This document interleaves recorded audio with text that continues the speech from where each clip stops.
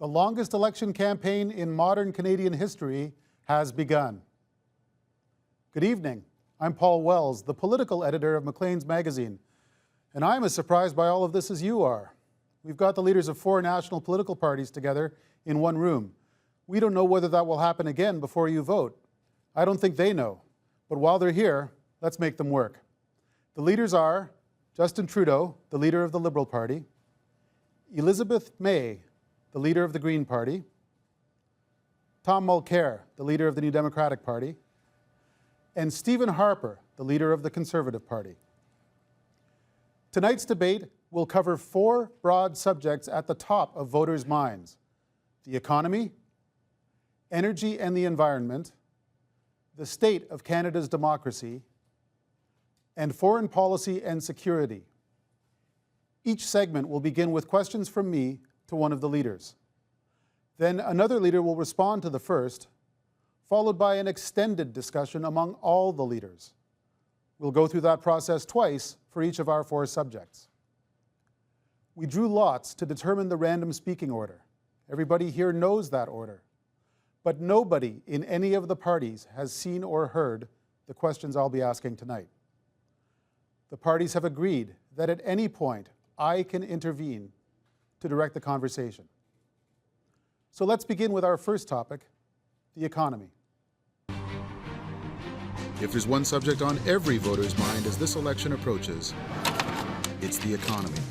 We have dangerous economic winds blowing in Canada. The country's economic health is shaky. We're probably coming out of a mild recession. Oil prices have slumped.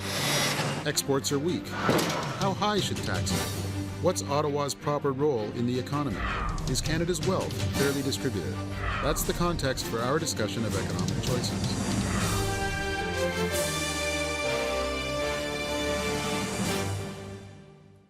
And as the luck of the draw would have it, the first question goes to the Liberal leader, Justin Trudeau. Mr. Trudeau. Good evening, Paul. Canadians are feeling anxious about the economy. It shrank in May for the 5th month in a row. Manufacturing is hurting. The price of oil is down. Your economic plan is built around a middle-class tax break. Is that really enough of a response, given the challenge that you say Canada faces right now? I think one of the things we've seen, Paul, is that for 10 years, the approach that Mr. Harper has taken has simply not worked for Canadians. He has consistently chosen to give opportunities and tax breaks and benefits to the wealthiest Canadians in the hopes that that would create growth. But that's not happening, and that actually goes to the heart of the question that's being posed in this election campaign. Is Stephen Harper's plan working for you? He took a decade of surpluses and turned it into 8 consecutive deficits. We're the only country in the G7 that's in recession right now, and he has no plan to get out of it. And we just found out that wages are falling as well. You may not feel that from 24 Sussex, but I know you feel that at home. That's why the Liberal Party has put forward a plan to invest in the middle class, to support the middle class, to create growth through strengthening the middle class. And we're the only party up on this stage tonight that is committed to lowering taxes for the middle class by asking the wealthiest to pay more tax. There's a lot more elements to our plan, and I'll be glad to talk about them tonight. But we know that when you put money in the pockets of middle-class Canadians, the economy grows. A lot of people are saying, a lot of economists have said that median incomes have actually been on the rise since about 1990. Do you have a solution to a problem that isn't really there? Not at all. I think if you spend any time crossing the country, as I have, talking to people who are worried about saving for their own retirement, who are worried about having to make choices between their own opportunities and actually paying for their kids' education, people are worried that perhaps for the first time we have a generation of young people who aren't going to do better than the previous generation did. We need solutions for that, and it's not to continue to give benefits to the wealthiest. It's to actually bring a fresh approach, a new plan, and a great team to actually change the course, because the only risk right now would be sticking with what has been a failed plan for 10 years. Thank you, Mr. Trudeau. Again, as the luck of the draw has it, the first to respond is Stephen Harper. Well, Paul, let me just correct a few facts. The context is this. Over the past 10 years, in a period of unprecedented economic instability, we have seen since the great global financial crisis, Canada has the strongest economic growth, the strongest job creation record, and the strongest income growth for the middle class among any of the major developed economies. What we face right now, let's be very clear on what the Bank of Canada said. Over 80% of our economy is growing. In fact, our exports, non-energy exports, are up 10% this year. Where we have weakness is obviously in the energy sector because of the fall in energy prices. But our view is, we're going to have growth this year, we're going to have growth going forward. The way you deal with this is by sticking with a plan that is working, low tax, prudent plan that is working, rather than go to a plan of high taxes and high debt and high deficits, which is failing everywhere else. The vocabulary that you've used to describe your opponent's plans is sometimes fairly grave. You've compared Canada under the Liberals or the NDP to Greece. You have called the tax increases that Rachel Notley has introduced in Alberta a disaster. Do a few changes in tax rates at the margin actually have that kind of catastrophic effect? Well, actually, I think, Paul, we need to be clear on what is being proposed. The other parties are proposing, literally, tens of billions of dollars of additional spending, permanent spending, to be financed by permanently higher tax rates and permanent deficits. That's not true, Mr. And Harper. the fact is, Paul, we know where that leads you. Look around the world, countries that are in that position have not recovered from the recession and are stagnating. This country has had the best performance of major developed economies, and we have some of the best prospects going forward, and that's why we should stay on course. Thank you, Mr. Harper. We're going to open it up to all the leaders now. Tom Mulcair, what do you think about these questions? Well, I know that Canadians work hard to make ends meet and to take care of their families. It's how I was raised. On Mr. Harper's watch, we've lost 400,000 well-paid manufacturing jobs. There are 200,000 more unemployed today than when the crisis hit in 2008. Honestly, Mr. Harper's plan simply isn't working. We know that. Incomes are flatlining. Household debt is skyrocketing. We have a plan to invest in the middle class and to create new jobs. We want to invest in infrastructure. We want to give a break to small and medium-sized corporations. Mr. Harper and Mr. Trudeau agree that tens of billions to the wealthiest corporations is the way to go. We sincerely disagree. And we want to create 1 million, $15 a day quality childcare spaces. That's not just good for families, that's good for the economy as well. You know, I was in the 2008 leaders debates, and of course, Mr. Harper, Mr. Prime Minister, we were the two who were there, and I recall very clearly that Mr. Harper was still talking about if there's going to be a recession, we'd be in one already. I don't really think that he's got a good track record on spotting when this country is in a recession. We're in a recession now. We have a weak and shrinking economy, and it's the wrong time for austerity measures. We need to build up Canada's economy through investment. And right now, there's no investment going on. There hasn't been investment for the last 2 or 3 years, not from the private sector that's sitting on $630 billion of what Mark Carney called the dead money. We need to make sure that this economy doesn't sputter to a halt. And that, if we stay with Mr. Harper's risky plans, that's where we're headed. Well, let's be clear. Let's be clear what the record is. We have 1.3 million net new jobs created since the global financial crisis, the best record by far in the G7. That's why incomes are rising across the board in this country and have been rising. That's why we have manufacturing and other sectors outside of energy that are now expanding because we are able, because we have a balanced budget and are able to make investments in things like infrastructure, in healthcare, in benefits for families.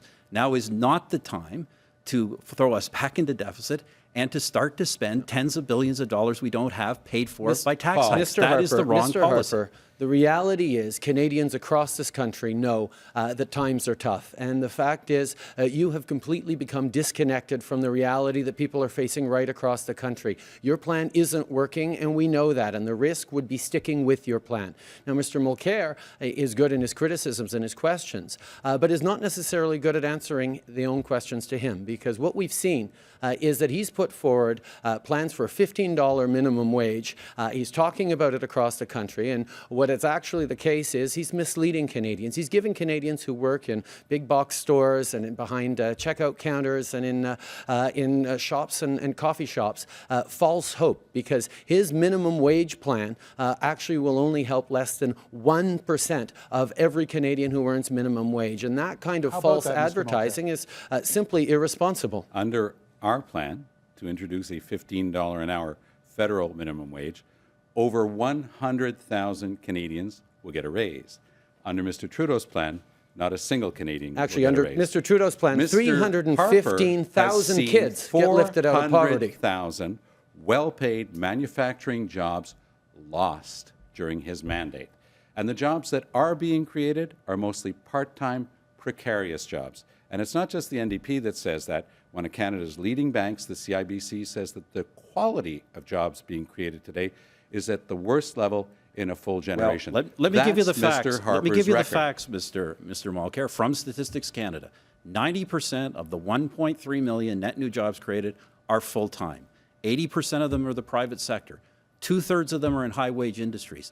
That's why incomes have been growing in this country when they have not been growing in other countries. And I'll tell you what won't grow our economy. Kinds of plans these guys are presenting where they want to increase CPP taxes, a hit of $1,000 for every worker making $60,000 a year and another $1,000 on the employer if he wants to keep them on the payroll. These are not the ways you handle economic turbulence Mr. Harper, of to low talk oil about prices. seniors you move and forward pensions, on low with low Mr. taxes Harper, and stable policies. you have chosen to raise the age of retirement from 65 to 67, which is taking tens of thousands of dollars out of the pockets of our most vulnerable seniors. You've categorically refused to actually engage with the kind of pension security that Ontario and other provinces are asking for. Canadians know that you've let them down because you've chosen to continue to give benefits and tax breaks to the wealthiest Canadians. Canadians need help from their government. That's why our plan is focused on strengthening the middle class with a more generous child benefit that'll lift 315,000 kids out of poverty and stop sending government checks to millionaires, which is what you want to do. And actually, Mr. Mulcair agrees with you Mr. on Trudeau, that. let me be clear what we've actually done for seniors. Retirement age will not go up for 10 years, for till So it's 2023. for our grandchildren to worry OAS about that one? is increasing. We have brought in the largest increase of the guaranteed income supplement for poor income seniors in 25 years. We brought in income splitting for our pensioners. I know something the other parties oppose, but they appreciate it. We've made the Mr. rules Harper, for that is RIFs simply more not true. generous. Mr. We've Harper, made rules for Paul, RIFs more generous. Mr. Harper We have has been putting that out. We're not halfway done this segment on the economy. Mr. So you'll Harper have has plenty been of putting that time. out in misleading attack ads, and none of the other parties have ever talked about touching, and I'm including Mr. Mulcair on this one, touching income splitting Mr. for Trudeau, seniors. you That's But voted you are against income splitting fear-mongering for on that, pensioners. Mr. Harper, You have and that's spoken against irresponsible. income splitting philosophically. You have promised to take it away from families who have a less generous income splitting arrangement for pensioners. There is no reason Elizabeth May and then pensioners should Tom Mulcair. believe I'm just gonna your say- change This of round. your With all change due of res- story with all on due this one. respect, Mr. Prime Minister, you are cherry-picking your data. Net new jobs as an indicator of the health of our economy isn't relevant when comparing it to other G7 nations unless you correct for population growth. And comparing us to Germany, for instance, where they don't have new people joining the labor market constantly, compared to other economies in the G7, we are doing very poorly indeed. We are in a recession under your watch for the second time. Ms. May, I think the fact that we are able to bring in immigrants and see immigrants join our economy, that is part of our economic action plan. Investments in infrastructure, in innovation, and in immigration to help drive our economy. That's why we have better We had a results net loss than of those other jobs in July. Mulcair the briefly G7 to countries. To close out this segment. Thank you, Paul. What Mr. Harper fails to mention is that he's run up 8 deficits in a row.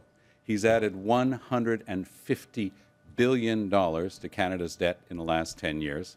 And frankly, last week, as we headed into this campaign, in just one day, he spent over $1 billion. Honestly, Mr. Harper, we really can't afford another 4 years We have of you. a budget that is balanced now when other countries don't, Tom. And that wraps up, very, very punctual of you all. I appreciate that. That wraps up the first round of questions on the economy, but we're only half done on this subject alone. The next question goes to Elizabeth May from the Green Party. Ms. May, the Green Party's policies call for a transformation of the Canadian economy from resource exports to high value-added business. But that's a long-term project, and Canada is facing trouble right now. What can the federal government do now, this year, to reanimate the economy? Excellent question. I think we have to also bear in mind and keep in context that the oil sands are about 2% of our GDP. We've got a lot of economic activity. The Prime Minister's right. We're seeing other sectors begin to rebound and able to export. Our dollar shouldn't keep declining. I think this is a source of worry. But we can't just sit back and think that the current stagnant economy is going to fix itself. We need investment. We need investment from the public sector. We need to invest in a climate action plan. Frankly, we need an army of carpenters, electricians, and contractors going out to plug leaky buildings. That's 30% of carbon pollution comes from the energy we waste and the money we waste heating the outdoors in the winter. and cooling it in the summer. And we also need to invest in municipal infrastructure. That infrastructure deficit is $123 billion. We need to get at it as our bridges and roads are crumbling. Can you recruit your army of carpenters and without jeopardizing budget balance? How important is budget balance in the scheme of things? In the scheme of things, not very. In a $2 trillion economy, and I would differ with all due respect to the Prime Minister, we are not going to see a balanced budget this year. The Parliamentary Budget Office just put out its new figures, but I wouldn't condemn them. And in my pre-budget advice to Finance Minister Joe Oliver, I said, really, this fixation on balancing the budget is being driven by the political imperative that the Conservatives created by saying in the last election, we'll give you all these goodies once we balance the budget. This year, they monkeyed with the budget. They put it out on April 21st, not because they needed to know where oil was going, but because they wanted to book the sale of the General Motors shares in the next fiscal year. So we sold 73 million shares in General Motors. Was that a good policy choice? I don't know, but fiddling with the books so that that showed in this year's budget to help fake a balance, and then the price of oil keeps dropping. We're not going to see a balanced budget, but I don't condemn them for that. It's far more serious that $150 billion of federal debt has been accumulated under this Prime Minister. Okay, thank you, Ms. May. And once again, by the luck of the draw, the first leader to respond to Ms. May is Tom Mulcair. Well, Paul, I have a concrete plan to kickstart the economy and help the middle class. We're going to invest in infrastructure. We ask our municipalities and local governments to assume 60% of the cost for infrastructure with only 8% of the tax base. That's not going to work. We're going to reduce small business taxes because they're responsible for creating 80% of the new jobs. We'll put our effort there instead of what Mr. Trudeau and Mr. Harper have done, giving tens of billions of tax cuts that they both agree on to our largest corporations. We're going to champion manufacturing and innovation, including green energy technologies, which will represent a $5 trillion investment over the next 15 years around the world. We're not part of it because Mr. Harper doesn't believe in a positive role for government in that. And we will help the middle class because it is good for families and it's good for the economy with $1 million, $15 a day quality childcare spaces across Canada. Now, the challenge that we're facing right now in our economy is actually about creating growth. And one of the things that is so concerning with Mr. Mulcair's corporate tax hike is that it's a time in a recession where we need more growth. We need more investment. We need to create more jobs. So his plan to hike corporate taxes is simple. Pandering to the people who like to hate corporations. But we need that growth. We need the job creation. But you're right. The money does have to come from somewhere if we're going to invest and strengthen the middle class. And that's why I can't quite understand why Mr. Mulcair has ruled out doing what we're doing, which is asking the wealthiest 1% in this country to pay more tax so we can give a big tax break to the middle class. Well, the real Mr. question Mulcair? is, after those tens of billions of tax cuts for the richest corporations, where are the jobs if that's Exactly. such a good plan? On the question of personal income tax increases, we are firmly opposed to them. Look at a province like New Brunswick. They will have a tax rate of 58.75%. Now, New Brunswick doesn't have a medical faculty. How's New Brunswick going to be able to attract and retain top-level medical doctors when they're going to be told, oh, by the way, our tax rate is now going to be close to 60%. We think that Canadians are paying their fair share. Canada's largest corporations are not paying their fair share. And yes, the NDP will bring up their taxes slightly. And absolutely right, Mr. Mulcair, because when Jim Flaherty, and late and lamented, but when he cut those corporate taxes, he said these corporations were, in his words, the job creators.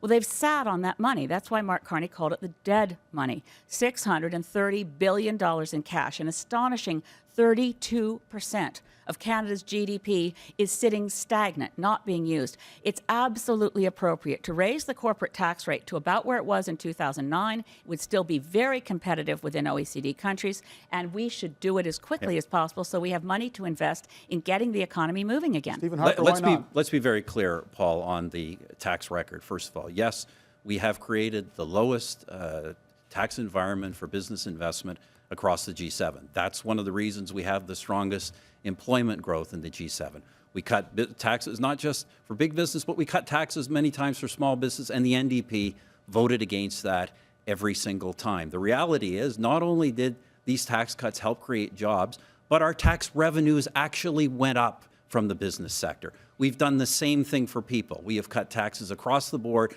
with a vast bulk of those tax breaks for middle and low-income Canadians. What the other guys want to do is they want to impose both on workers and on employers big hikes to payroll taxes, CPP taxes, EI taxes. Those things would kill jobs and they would hurt ordinary people. Mr. Harper is once again eschewing the responsibilities that he has for the fact that he's had 8 successive deficits. We're right now the only G7 country in a recession, and wages are shrinking.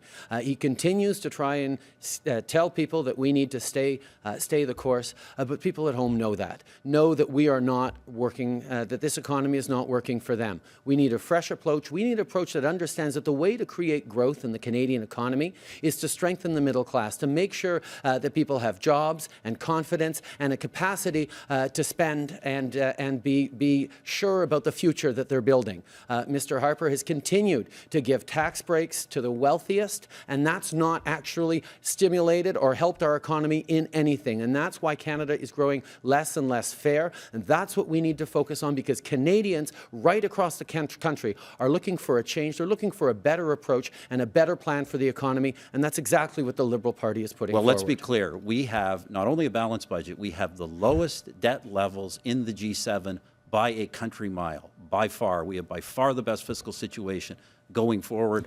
All analysts concede that. That's because of the we are creating decade of jobs, surpluses and you middle turned class into incomes, deficits. unlike in almost every other developed country, they are rising, and they are rising in significant part because of the tax breaks we've given to middle and low income Canadians that the opposition parties have consistently voted against and that they want to reverse. Here's a fact, Paul, that Canadians know, that back in 2008, Mr. Harper was misleading.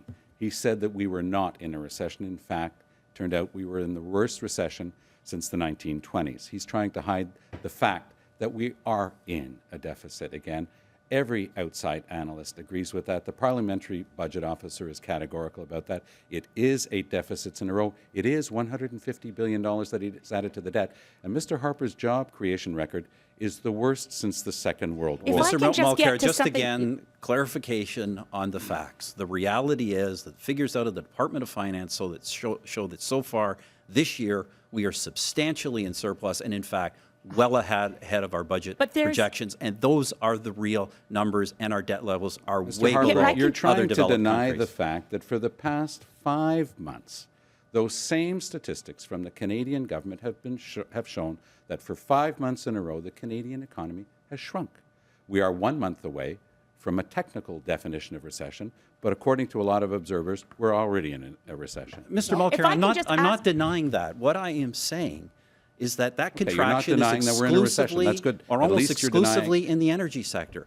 The rest of the economy is growing. It's projected to Well, grow that this was year why it was- and into future years. It And was- the way to handle a fall in oil prices is not tens of billions of dollars of increased taxes, increased borrowing, and increased spending. That's how countries get themselves into serious long-term trouble. Mr. Prime Elizabeth Minister, May has been trying to you make a made a point. promise in the speech from the throne in 2007 that you would tackle the barriers to trade and labor mobility within this country as an economic union. And it's squarely your responsibility. You said you would go to the Trade and Commerce Clause of the Constitution if needed to be. And now here we are as a country. We have more barriers to trade within Canada than the 28 nation states of the European Union. Why, over this period of time, where is your plan to break down look, the trade fact of barriers matter- within the Canada? fact of the to matter- build problem the a fact Mr. of the strong matter, Harper Ms. has May, on is that that- one, the problem Mr. Harper has on that one is he simply refused to sit down and talk with the premiers over the past 10 years. It's just not showing leadership. We have a federation that needs people to sit down, talk about taxes, talk about barriers, talk about climate change, talk about how we're going to help Canadians get ahead in an uncertain economy. And he has simply refused to engage with provincial leaders, whether it's on interprovincial trade barriers, whether it's on climate change, whether it's on training and job creation. And that's quite frankly not the kind of leadership that a broad and diverse country like Canada actually needs from a prime minister. If Mr. Let's Harper were to actually be meet clear. with the Let's actually be premiers clear more to often, Mr. that would Ms. be May and wonderful. Mr. Trudeau on trade. We have the premiers and the federal government are working together on breaking down trade barriers. We have the New West Partnership. We made significant progress in that area. But more importantly, under our government, we have increased the number of countries with which we've concluded trade deals from 5 to 44, with the entire European Union, much of the hemisphere, and now a foothold in Asia. No government has opened up trade opportunities for Canadian companies and Canadian workers like this government. But the That's a record Canada-Korea we should deal, be which very proud all- of. Well, Stephen Harper is the only prime minister in Canadian history who, when asked about the recession during his mandate, gets to say which one. He's just admitted that we've had 5 months of negative growth in a row. And yes, a lot of experts say we already are in a recession. Mr. Harper, we want to spend our time concentrating on creating jobs for Canadians. What we're seeing here tonight is that you're going to do everything you can to hang on to your job. I'm going to do everything I can to create jobs for average working class I'm going to Canadians. stop you from hiking And with all taxes due on those respect, average your workers. foothold in Asia was to sell us down the river on national sovereignty. You've bound this country without a single set of hearings in Parliament to a trade, not a trade deal, an investment treaty with China that binds us until the year 2045, and we can't get out of it. We need to insist on transparency because Beijing's going to be looking over the shoulder of the next prime minister and telling us what laws we're allowed to pass. With great regret, we're going to have to leave the segment of the debate on the economy, although I'm sure economic questions will come up in the rest of the night too. This concludes our first round on the economy. We'll continue after this break. Please stay with us.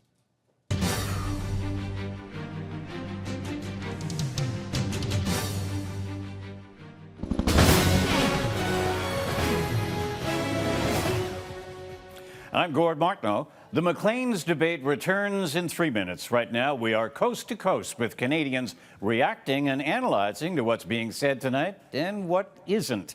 A live look right now at St. John's, Newfoundland, where students at Memorial University have gathered at the Breezeway to watch the leaders face off. For now, we move west to Tammy Sutherland, garnering reaction on a key issue the leaders were just discussing: jobs. Tammy. Well, Gordon, I'm here at Toronto Seneca College, where we've been watching the debate with some of the school's journalism students. They have been scrutinizing some of the key issues when it comes to pertaining to the country's youth. One of those big issues, of course, is the difficulty in finding a job. We're joined now by Anjali Sood, a journalism student here. Anjali, tell me a little bit about some of the concerns that you've heard from students on campus when it comes to jobs. Sure, Tammy. So speaking with students tonight that are here in attendance watching the debate, the big issue is really jobs. We want to make sure that after spending so much money and so much time, so much investment on our education, that there's a return. We want a job after this, and we want to make sure that we can at least make a dent in our student loans. So what's the minimum wage going to be? Do we have a fighting chance, really? Okay, and post-secondary education, of course, and loans, another issue as well. Post-secondary education, maybe workshops after you finish your formal training. Is there an opportunity for extended growth? All right, thanks so much, Anjali. We're going to send it over to Roger now, who is gauging the debate on Facebook. Roger.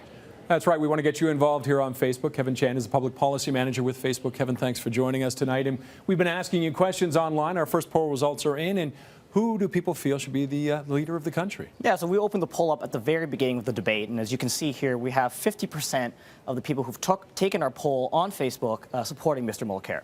And this has all happened since the start of the debate, right? So people Yeah, have had a chance just on that reaction. Yeah, that's correct. So this is early days, for the election, but obviously early days for the debate as well. We're going to see over the course of the debate whether or not these numbers shift.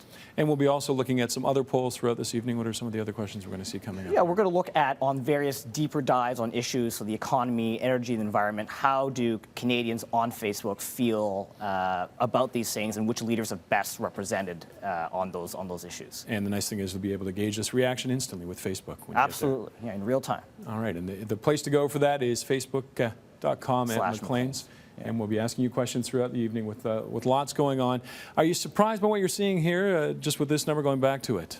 Well, I mean, again, this is early moments. This is before anybody has heard the leaders debate. Yep. And so, again, it'll be interesting to see what we see over the course of the evening. Okay. Thanks, Kevin. We're going to cut you off there. And we'll send you back to the Maclean's leaders debate with a live look at Canadians tuning in Moncton, New Brunswick. Our special City News debate analysis will continue. Now back to the debate.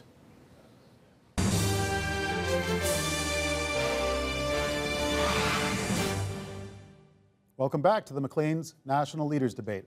Our second segment will be on energy and the environment. 2 years ago, Conservative Cabinet Minister Joe Oliver called oil exports an urgent matter of Canada's national interest. But since then, the two biggest pipeline projects, Keystone XL and Northern Gateway, are stalled.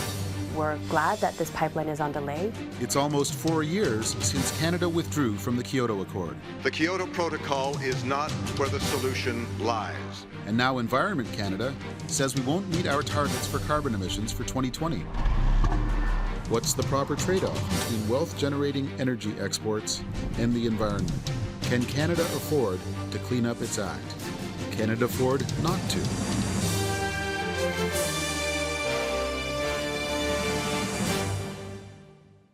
My first question on this topic goes to Stephen Harper. Mr. Harper, you've been Prime Minister for a decade, and you want to be a different kind of Prime Minister on energy exports. You want Canada to be an energy superpower. But major export projects to the United States and China have stalled on your watch. What have you achieved in energy exports that beats the record of your predecessors? What do you have to show on this file for a decade's effort? Well, in fact, our energy exports have increased, not just our, until recently, obviously, not just our oil and gas exports to the United States, but we've also seen an increase in uranium exports and coal exports and others to Asia. But I would say this, Paul, the federal government does not build pipelines. We obviously favor seeing a diversification of our exports, but we establish an environmental assessment process. Companies have to go through that, and they are going through that process. In terms of the Keystone Pipeline, as you know, that's a situation under control of the United States. I've had many conversations with President Obama. He's not asking Canada to do anything. He's saying he will simply make a decision that's in the Americans' best interest. But as you know, there's overwhelming public support on both sides, so I'm very optimistic in the long run about the future of that project. Do you think we simply have to wait for a new president to get Keystone passed? And what if that president is a Democrat? Well, that may be that may be the case, but the reality is that there is overwhelming public support in the United States, including in Congress on both sides of the aisle.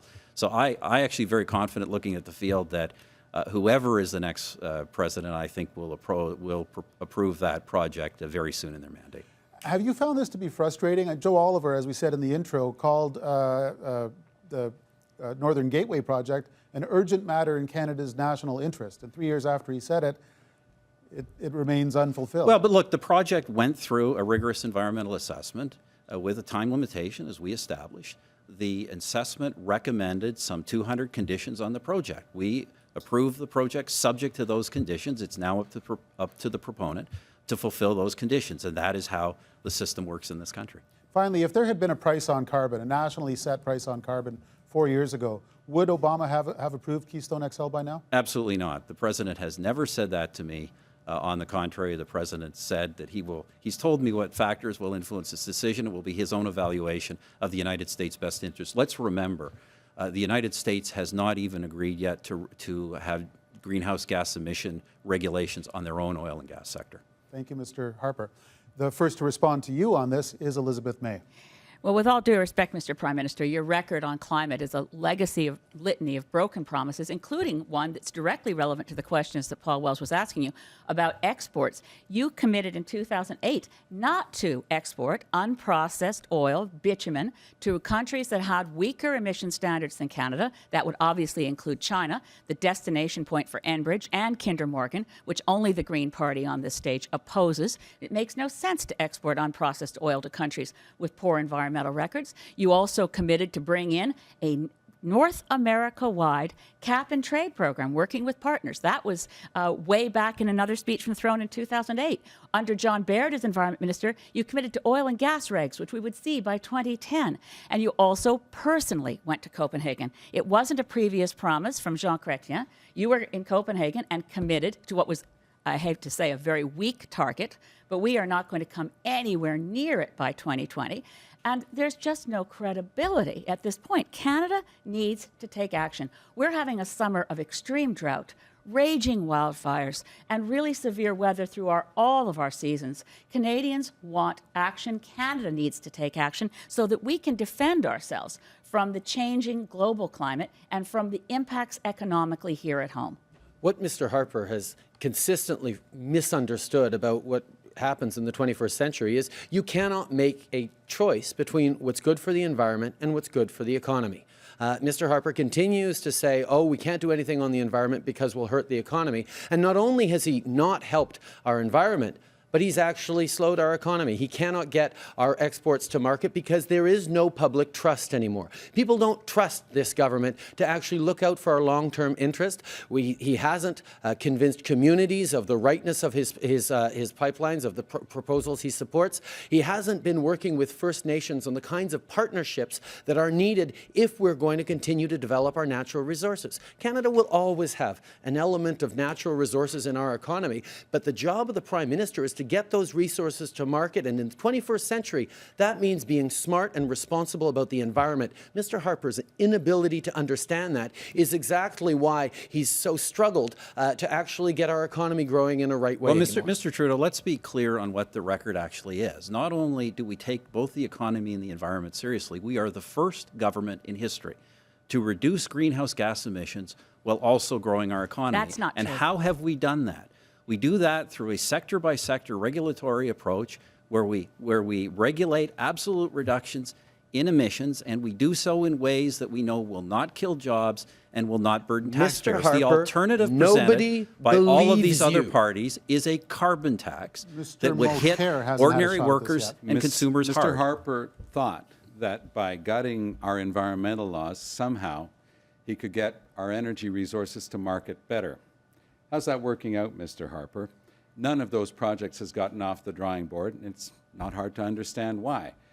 Canadians across the country want a clear, thorough, credible environmental assessment process. Canada can be a leader around the world. We can play a positive role. But with Mr. Harper, we've got the worst of all worlds. Well, We've got dirtier Mulcair, air and water. We've got more carbon pollution.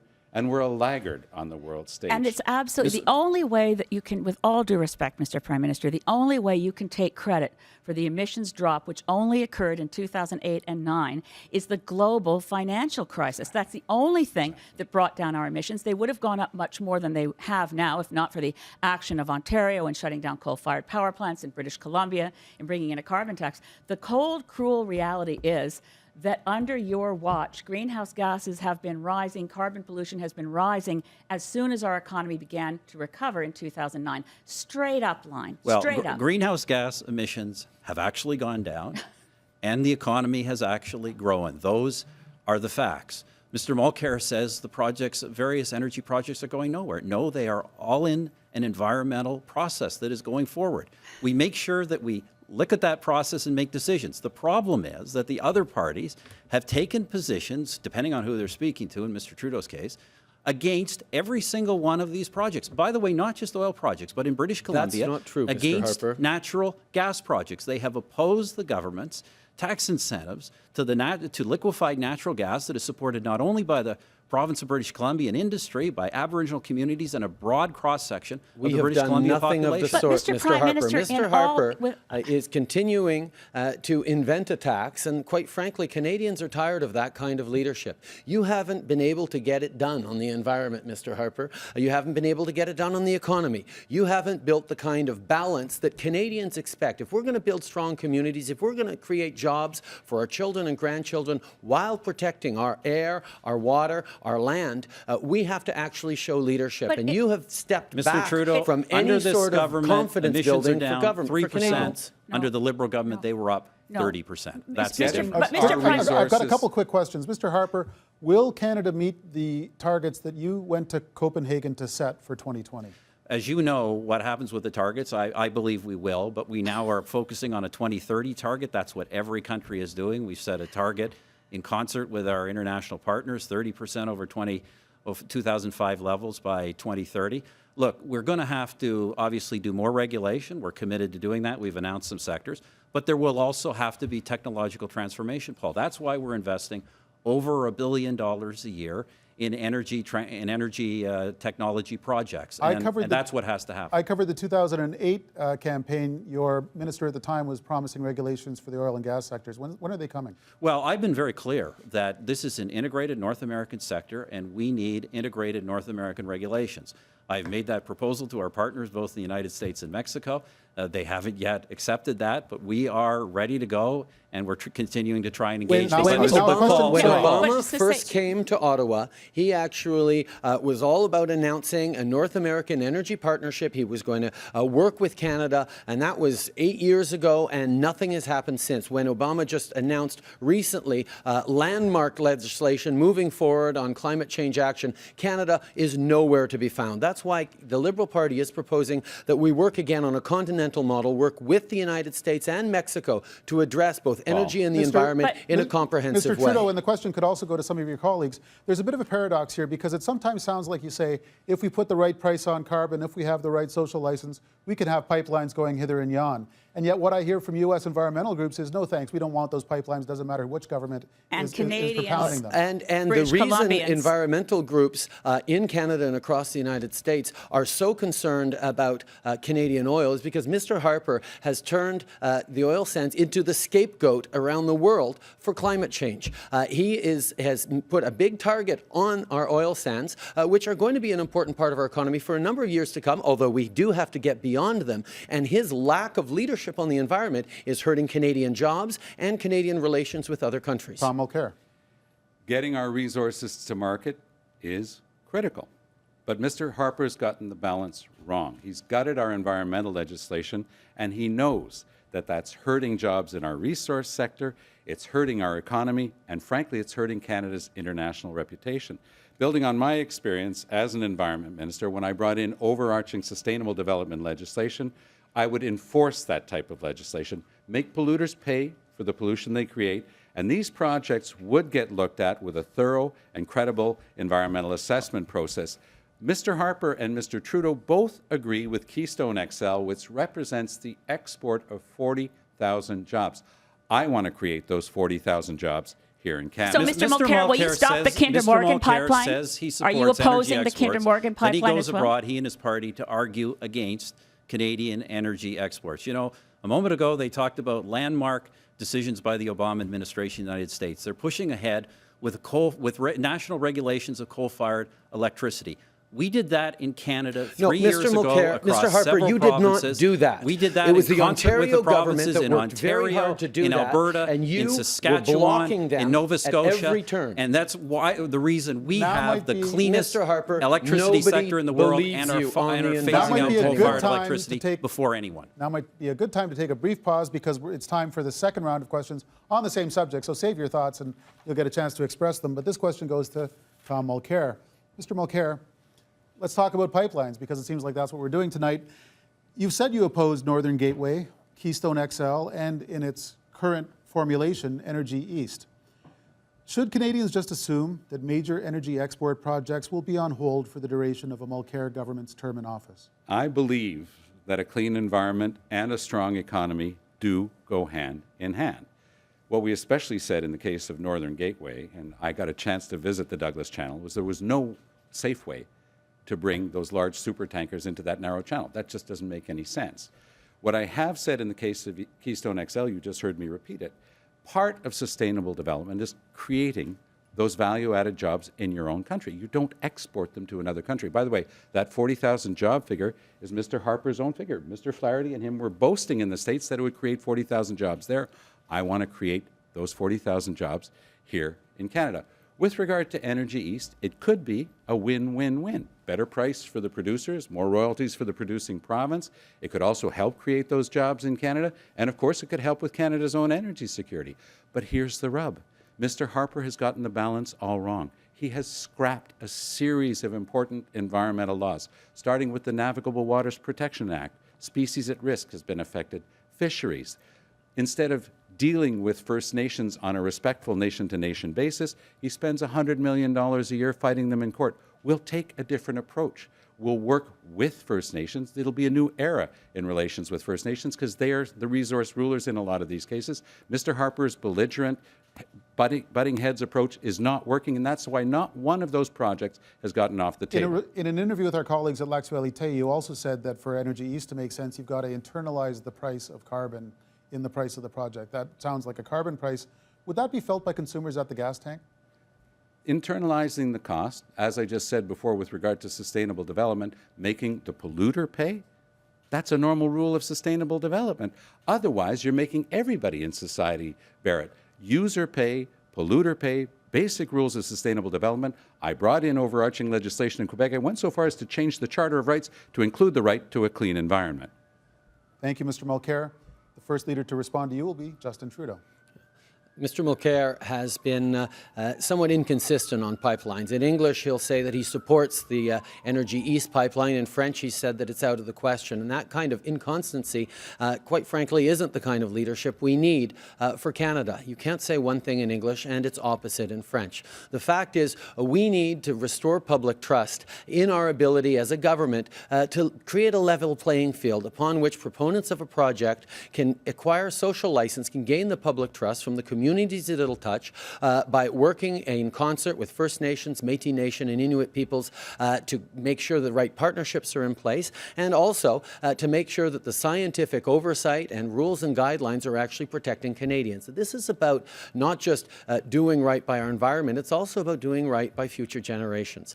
I have 3 kids, and I know I want my kids to grow up in a country as fresh and pure and clean as Canada was when as we remember it to be and as it used to be. And for that to take hold, we have to have a government that's actually demonstrating leadership, that understands that you cannot make a choice between what's good for the environment and what's good for the economy. In the 21st century, they go together. Investing in clean tech and jobs, investing in the kinds of pollution reduction and emissions reductions that we need is what this country hasn't done well enough under Stephen Harper. Well, Mr. Trudeau, you do exactly what you accuse Mr. Mulcair of doing.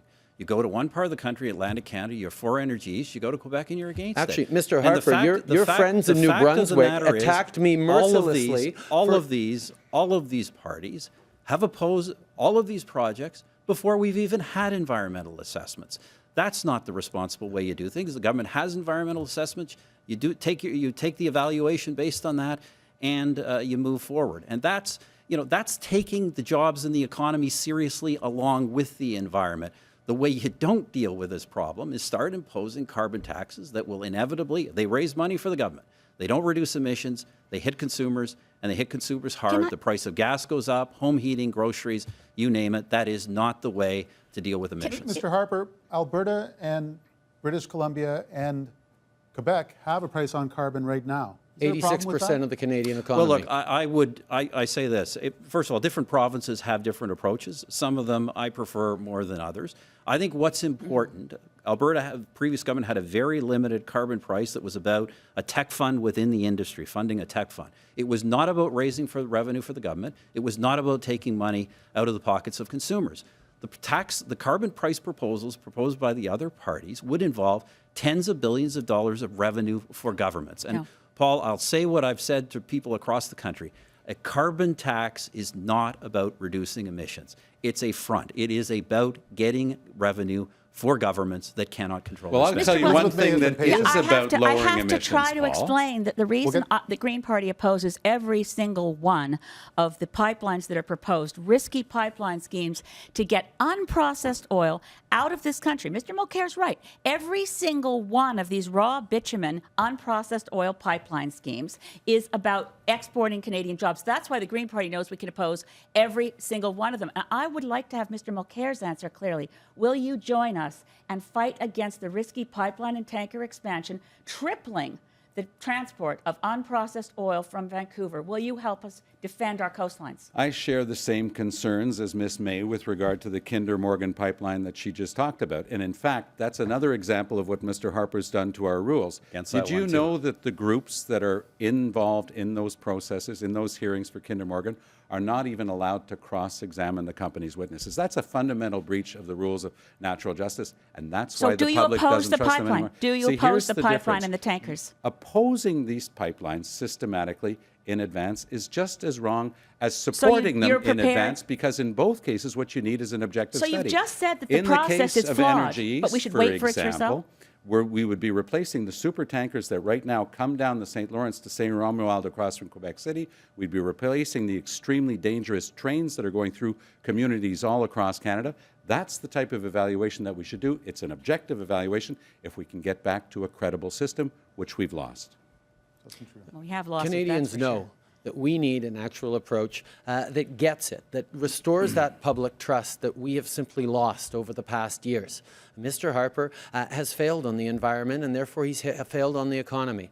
Mr. Mulcair continues to say different things in both languages, but I will say that on Energy East, I have consistently said that it needs to gain social license, and the Conservatives in New Brunswick criticized me roundly when they were in government, so I don't know what Mr. Harper's talking about in terms of that. Actually, Mr. Trudeau said exactly the opposite in an interview with Radio-Canada in Rimouski last fall, and it's easy to find that quote online. I'm still not sure where you stand on Kinder Morgan because it's pretty straightforward. They plan to put 3 times as many tankers moving out Vancouver loaded with diluted bitumen. It's very hazardous, risky material, and we know, regardless of what kind of process it goes through, it should not go ahead. It must be stopped. This is part of my track record that people are free to consult. When it was the Rabaska liquefied natural gas plant across from Quebec City, and I was the Minister of the Environment, I didn't even want to look at it because of the danger of those tankers in the St. Lawrence. The same approach I took with regard to Northern Gateway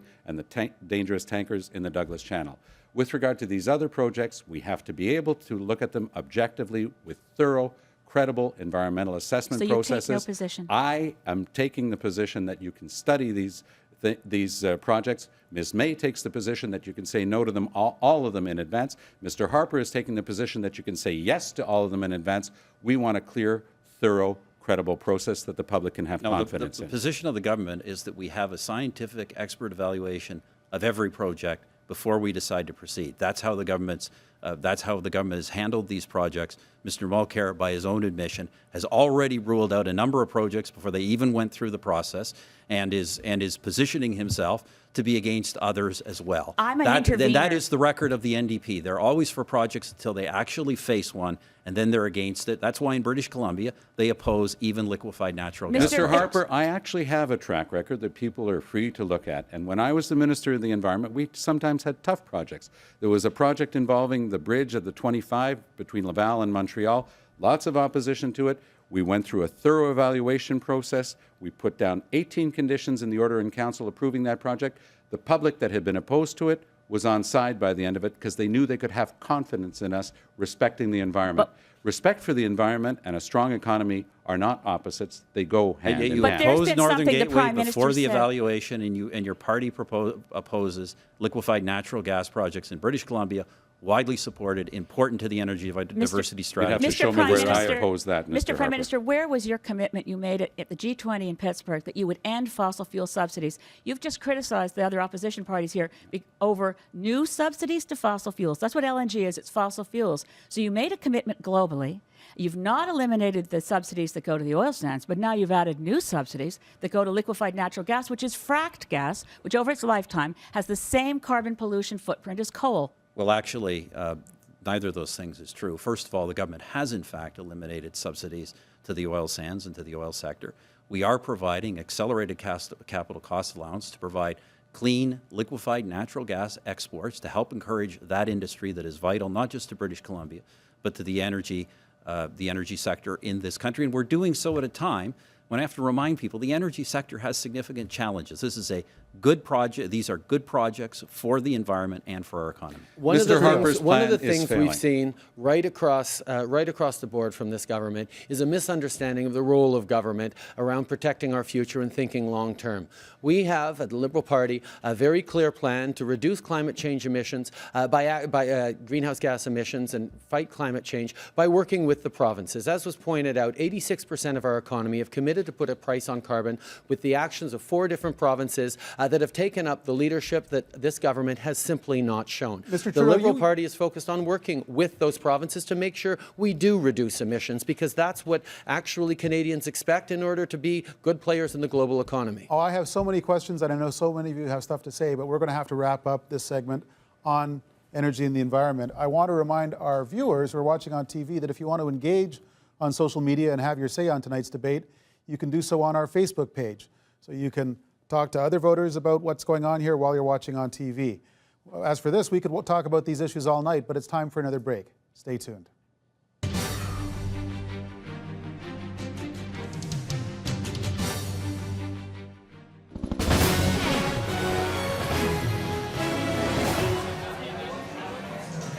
A live look now at the Burgundy Lion in Montreal as Canadians continue hearing the issues that matter from coast to coast.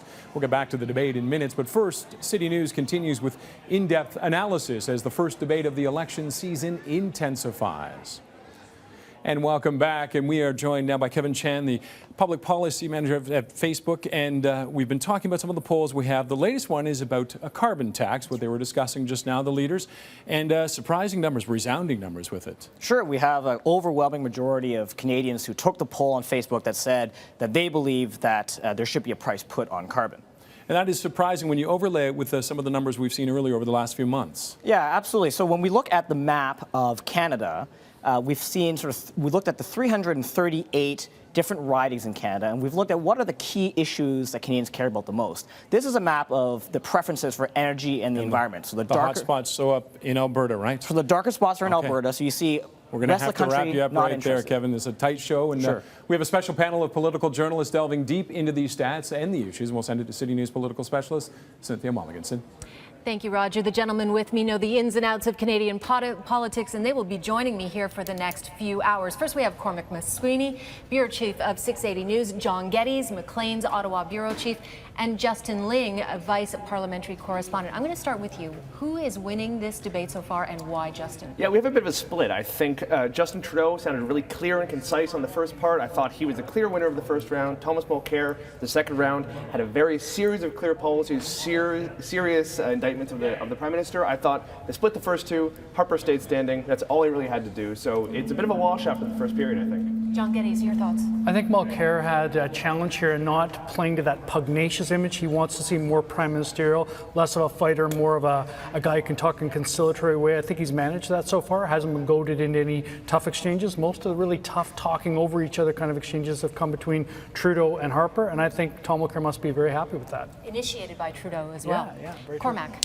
Well, I think I'm going to have to agree with Justin. I think there's a split between Mulcair and Justin Trudeau at the moment, and I think Justin's boxing photo op this morning really showed in the debate where he came out swinging on the other leaders. Mulcair at the start didn't seem to get his point across as much, but as the debate went on, he seemed to feel more relaxed. He looked better, he looked more calm, and he was getting his points across a lot better. I thought it took him a little longer than I expected for him to make his stride, Mulcair. Intentional, though, and I thought Mulcair. Harper hasn't been as aggressive as I would have thought. We will be back very shortly with more from our panel.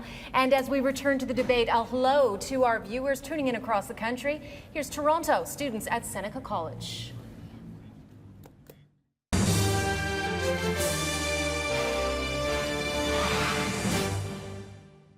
We've reached the halfway point of the Maclean's National Leaders Debate. Our next topic of conversation is Canada's democracy, how it works, why it doesn't always work as well as we hoped. It's surprising how much time we've spent in recent years debating the institutions of Canadian democracy. The Senate is a mess. Can we clean it up? Should we shut it down? Is that even possible? There are serious questions about how closely our elections reflect the will of the voters. Is it time to replace our first-past-the-post electoral system? How can we fix decorum in the House of Commons? Order! And all the appointments a government makes in office. There's a lot to discuss here.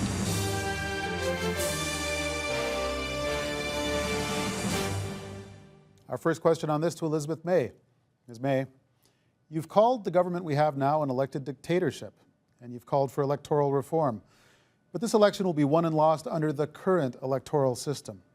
Do you worry that Green candidates will take support away from other parties that could defeat this government? Might the Green Party help re-elect this government? When I refer to the government as an elected dictatorship, it's not personal in any way to the Prime Minister nor to his party. It's a reference to what's happened, a creeping growth, an unhealthy growth of power in the Prime Minister's office, which goes along with less of a role for individual members of Parliament in doing their fundamental job. The only job description for a member of Parliament is that found in the Constitution, which is to represent your constituencies. So we need to actually revisit parliamentary democracy, understand that this election isn't about electing a prime minister. We don't do that in this country. We elect members of Parliament, and their job is to find the government that will hold the confidence of the House so we can work for Canadians. As far as Greens being concerned about this, not at all. Where we have had success, and we've now had my election in Saanich Gulf Islands, but across provinces. In British Columbia, Andrew Weaver. In New Brunswick, David Kuhn. In Prince Edward Island, Peter Bevan Baker, all of us got elected by driving up voter turnout. So instead of fixating on this splitting the vote non-problem, vote splitting, we need to focus on the real problem, which is that 40% of Canadians in the last number of elections haven't voted. And vote abandoning, in my view, is a much bigger problem than vote splitting. And we're going to do everything we can to reach out to young people, First Nations, and those disadvantaged by the Conservative Fair Elections Act to get out a higher level of vote so that Greens can win in the current system, but that so Canada wins with a healthier democracy. You've said we don't elect a prime minister, and that's true. But we saw quite a mess of a coalition crisis in 2008. Are we headed towards that sort of arbitrage among parties after the next election if there's no majority? I can't tell you how committed Green MPs as a caucus will be to working with other parties, working across party lines to ensure that we go from a precarious, perhaps two-year minority parliament to a stable, productive, effective parliament. Because you look at really great parliaments in this country, and I refer viewers back to Lester B. Pearson, where the small group of NDPers under David Lewis and Stephen Baker and the Conservatives and Lester B. Pearson delivered our social safety net.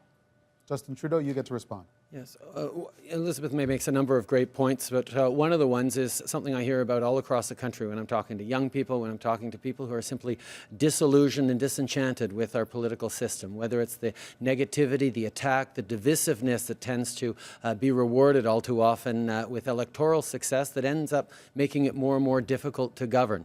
But one of the things that really frustrates a lot of people is when they see politicians pander, when they say one thing in one part of the country and a different thing in another part of the country. And one of the things that unfortunately Mr. Mulcair has been doing quite regularly is talking in French about his desire to repeal the Clarity Act, to make it easier for those who want to break up this country to actually do so. And in doing so, he's actually disagreeing with the Supreme Court judgment that said that one vote is not enough to break up the country. And anyone who wants to become Prime Minister not only should not say different things in French and in English, but should make sure that they side with the Supreme Court when it comes to unity of our country. Mr. Mulcair, you get to answer that. Paul, I've fought for Canada my whole life. I fought in the 1980 referendum. I fought in the 1995 referendum. I spent 13 years in the National Assembly in Quebec City, and I was always consistent fighting for Canada. Now, I can understand it's a bit frustrating for the Liberals that for the first time in a full generation, Quebecers voted massively for a Federalist Party, and they wanted nothing to do with the Liberals, and it's easy to understand why. You just heard it. The only two people I know in Canada who are anxious to start talking about separatism again are Justin Trudeau and Gilles Duceppe. Mr. Trudeau has an obligation, if he wants to talk about this subject, to come clean with Canadians.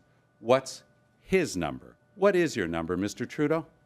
First of all, Mr. Mulcair, I don't question your patriotism. You haven't answered. The question is, What's why the is number, your policy Justin? so reckless? You want a number, Mr. Mulcair? I'll give you a number. 9. My number is 9. 9 Supreme Court justices said one vote is not enough to break up this country, and yet that is Mr. Mulcair's position. He wants to be Prime Minister of this country, and he's choosing to side with the separatist movement in Quebec and not with the Supreme Court of Canada. And he's bringing this up. It's his policy to repeal the Clarity Act. He quietly put forward a bill in the House of Commons on that. He announced it very loudly secret when you put it in the House of Commons. He very loudly announced it in French 6 weeks ago at the Saint-Jean-Baptiste parade, and he won't talk about it in One more chance, English. Mr. Trudeau, to name a margin above 50% that you think would be acceptable. The Supreme Court said very clearly that Mr. Mulcair's number is not the right one. What it also said is the number is to be set in the context of the next referendum. You want to take part in this conversation? It is in the next referendum. While I'm at it, Paul, if I can, Paul, look, I'm not going to question Mr. Mulcair's position as a longtime Federalist. That is clear. What I think I do question, along with Mr. Trudeau, is why bring up a debate of the Clarity Act other than to satisfy the separatist elements within the NDP in Quebec? Nobody's talking about that. You know, we just had Quebecers massively reject that agenda. Nobody wants to raise this. Why would we go down the route of talking about how we can best break up the country when, in fact, Quebecers clearly do not want to do that? Well, I don't understand one thing that Let me try Mr. my luck. Harper Let and me try my I luck. do agree on, Paul. Since there's a debate among two of our leaders about the margin that would decide this question in sovereignty. Let me put the question to the Prime Minister. As a Reform MP, you used to support a 50% margin in a referendum on sovereignty. I don't believe I've heard you give a number or revisit that question as Prime Minister. Well, you haven't heard me revisit it, Paul, because I don't think it should be revisited. Indeed. Look, what happened in 1995, and we don't want that to happen again, where they tried to get 50% plus one by invalidating a whole bunch of Federalist votes. So I do think we have to look very carefully at that if we ever have that problem again. But, you know, I think Quebecers have firmly rejected that. They've gone through 40 years of a debate that has done nothing but damage to that province. Indeed. I think Quebecers and the irony of so why raise the issue? Paul, Why start that, promising that to separatists in Quebec? Prime Minister and I agree that yes means yes. That's what he put in his bill. And to say otherwise, as Mr. Trudeau's doing, but while still refusing to give his number, Mr. Mulcair, is a dangerous political game. And I'll tell you why. If yes doesn't mean yes, then people could decide to vote yes as a way of sending a signal. That's why it's a dangerous political game. And that's why it's not a serious way to talk about a very serious subject. But I'm so proud, and I have confidence in Quebecers who have twice rejected separation, and I fought in both of those referendums. Then why, Mr. Mulcair, you're trying to throw gasoline on a fire that isn't even burning. Mr. Trudeau has lost confidence, and he thinks that it's a winning situation for the Liberals to scratch that old wound. That's what they want to get back to. You are the one who announced that What's your number, position Justin? on separation, on making it What's easier. your number? My position is the Supreme Court's position what's your that number? says the number should be set in the context of the next referendum, if that ever comes. And your play to try and stoke up that separatist vote for the NDP by announcing at Saint-Jean-Baptiste 6 weeks ago that this is continuing to be your policy is not worthy of a Prime Minister. No Prime Minister should make it easier. No Prime Minister should make it easier for Quebec to separate from Canada, Mr. Mulcair. I was just going to say, isn't it ironic that this segment was supposed to be our democratic institutions, starting with clips about how much heckling there is in the House of Commons, how difficult it is to have a civil conversation. We can, as Canadians, it's been our hallmark for generations that we can disagree without being disagreeable, and I would like us to be able to talk about what we do about fixing Parliament, because that's an urgent crisis, and I don't believe that we want to get ourselves mired into any threat of separatism. Let's do that, because the Liberal Party has a project of electoral reform. Mr. Trudeau has said he wants the next election to be last under first past the post. He doesn't want to have a referendum on any reform. Stephen Harper wants to insist that any change to the electoral system go through a referendum process. Why do you think that should happen? Well, I think it's a very fundamental change to the way our political system would work in this country. We have a Westminster system. Voters are able to elect governments. They don't elect coalitions that make up the government later. And, you know, Canadians, Paul, this has come up before. It was subject of a referendum plebiscite in Ontario and Prince Edward Island, British Columbia. I have not found Canadians who want to make this fundamental change. In fact, whenever Canadians are asked, they reject it. We know the rules. Let's play under the rules that Canadians support. support. What's interesting is to hear Mr. Harper say that today, because when he brought in his Unfair Elections Act, he refused to even talk to Canadians about it. We stood up strong in the House of Commons and opposed it. We shut down travel by parliamentary committees. We used every tool in our parliamentary toolbox to stop him from trying to walk away with the next election by jigging the rules. He's actually made it harder for whole classes of Canadians to vote. And that's not just our opinion. All of the experts who have looked at his Unfair Elections Act have said the same thing. So, Mr. Harper, if you've become such a keen fan of making sure that no single party can change the rules, why did you go ahead and do just that with your Unfair Elections Act? Well, the Fair Elections Act, the principal change it makes that Mr. Mulcair and the other parties oppose is that voters have to show ID to demonstrate who they are. And there's 40-some different pieces of ID that they can show. Canadians overwhelmingly support that. That's an important reform. That change was made in 2007. 90% of Canadians it was already made believe before that you should be able to show identification and identify who you are before you vote. And frankly, I think voters should be worried about political parties who would not do that, who think it's fine to have people vote who can't identify themselves. This is a perfect example of how Mr. Harper creates straw man arguments, creates fears of massive voter fraud. When his party was pressed on examples of people fraudulently voting, they weren't able to prove anything. Indeed, some of his MPs mistakenly testified to things that they actually hadn't seen. The fact of the matter is the job of Elections Canada and what we should look at as a goal as a country is to try and encourage as many people as possible to vote. And the changes Mr. Harper has made to the Elections Act actually make it more difficult for students, for Aboriginal and Indigenous communities, for many seniors to actually vote. Homeless people. In those and Mr. people Trudeau, without homes. Mr. The fact Trudeau. is that we need to make sure that those voices are being heard, because those voices are not just marginalized in voting rights, but in so many aspects of society. And Mr. Harper apparently wants to keep Mr. it Trudeau, that way. how would we know? How would we be able to identify voter fraud if we can't even identify who voters are? This is a common sense reform supported by 90% of Canadians, and we have made sure that there is ID that is applicable for every single category of Canadian. That's why that policy is strongly Harper, supported. This is an important reform. The Fair Elections Act turns out to be full of surprises. One of the things it did was allow you to extend the election campaign to 11 weeks and prorate expenses to match. Did you have this kind of long election campaign in mind for 2 years? Paul, we agreed, all of us here agreed to have an election debate this week months ago. Everybody knew an election would be on. The other parties were out campaigning. It's very simple. If we are going to be in an election campaign, we should be under the rules of the Election Act, not using parliamentary resources, why were but you using putting up resources that our 24/7 on party your website, raises. Mr. Harper? We're going to continue this with a new round of questions, and by the luck of the draw, the first question goes to the Prime Minister, Stephen Harper. Mr. Harper, you used to promise that you wouldn't name senators if they hadn't been elected. Now you're promising you won't name senators at all. You blame the courts for blocking reform, and you've asked the provinces to come up with ideas for reform. But the courts in the provinces didn't name the senators who are in trouble. You did. Do you owe Canadians an apology for putting Mike Duffy, Pamela Wallin, and Patrick Brazo in the Senate?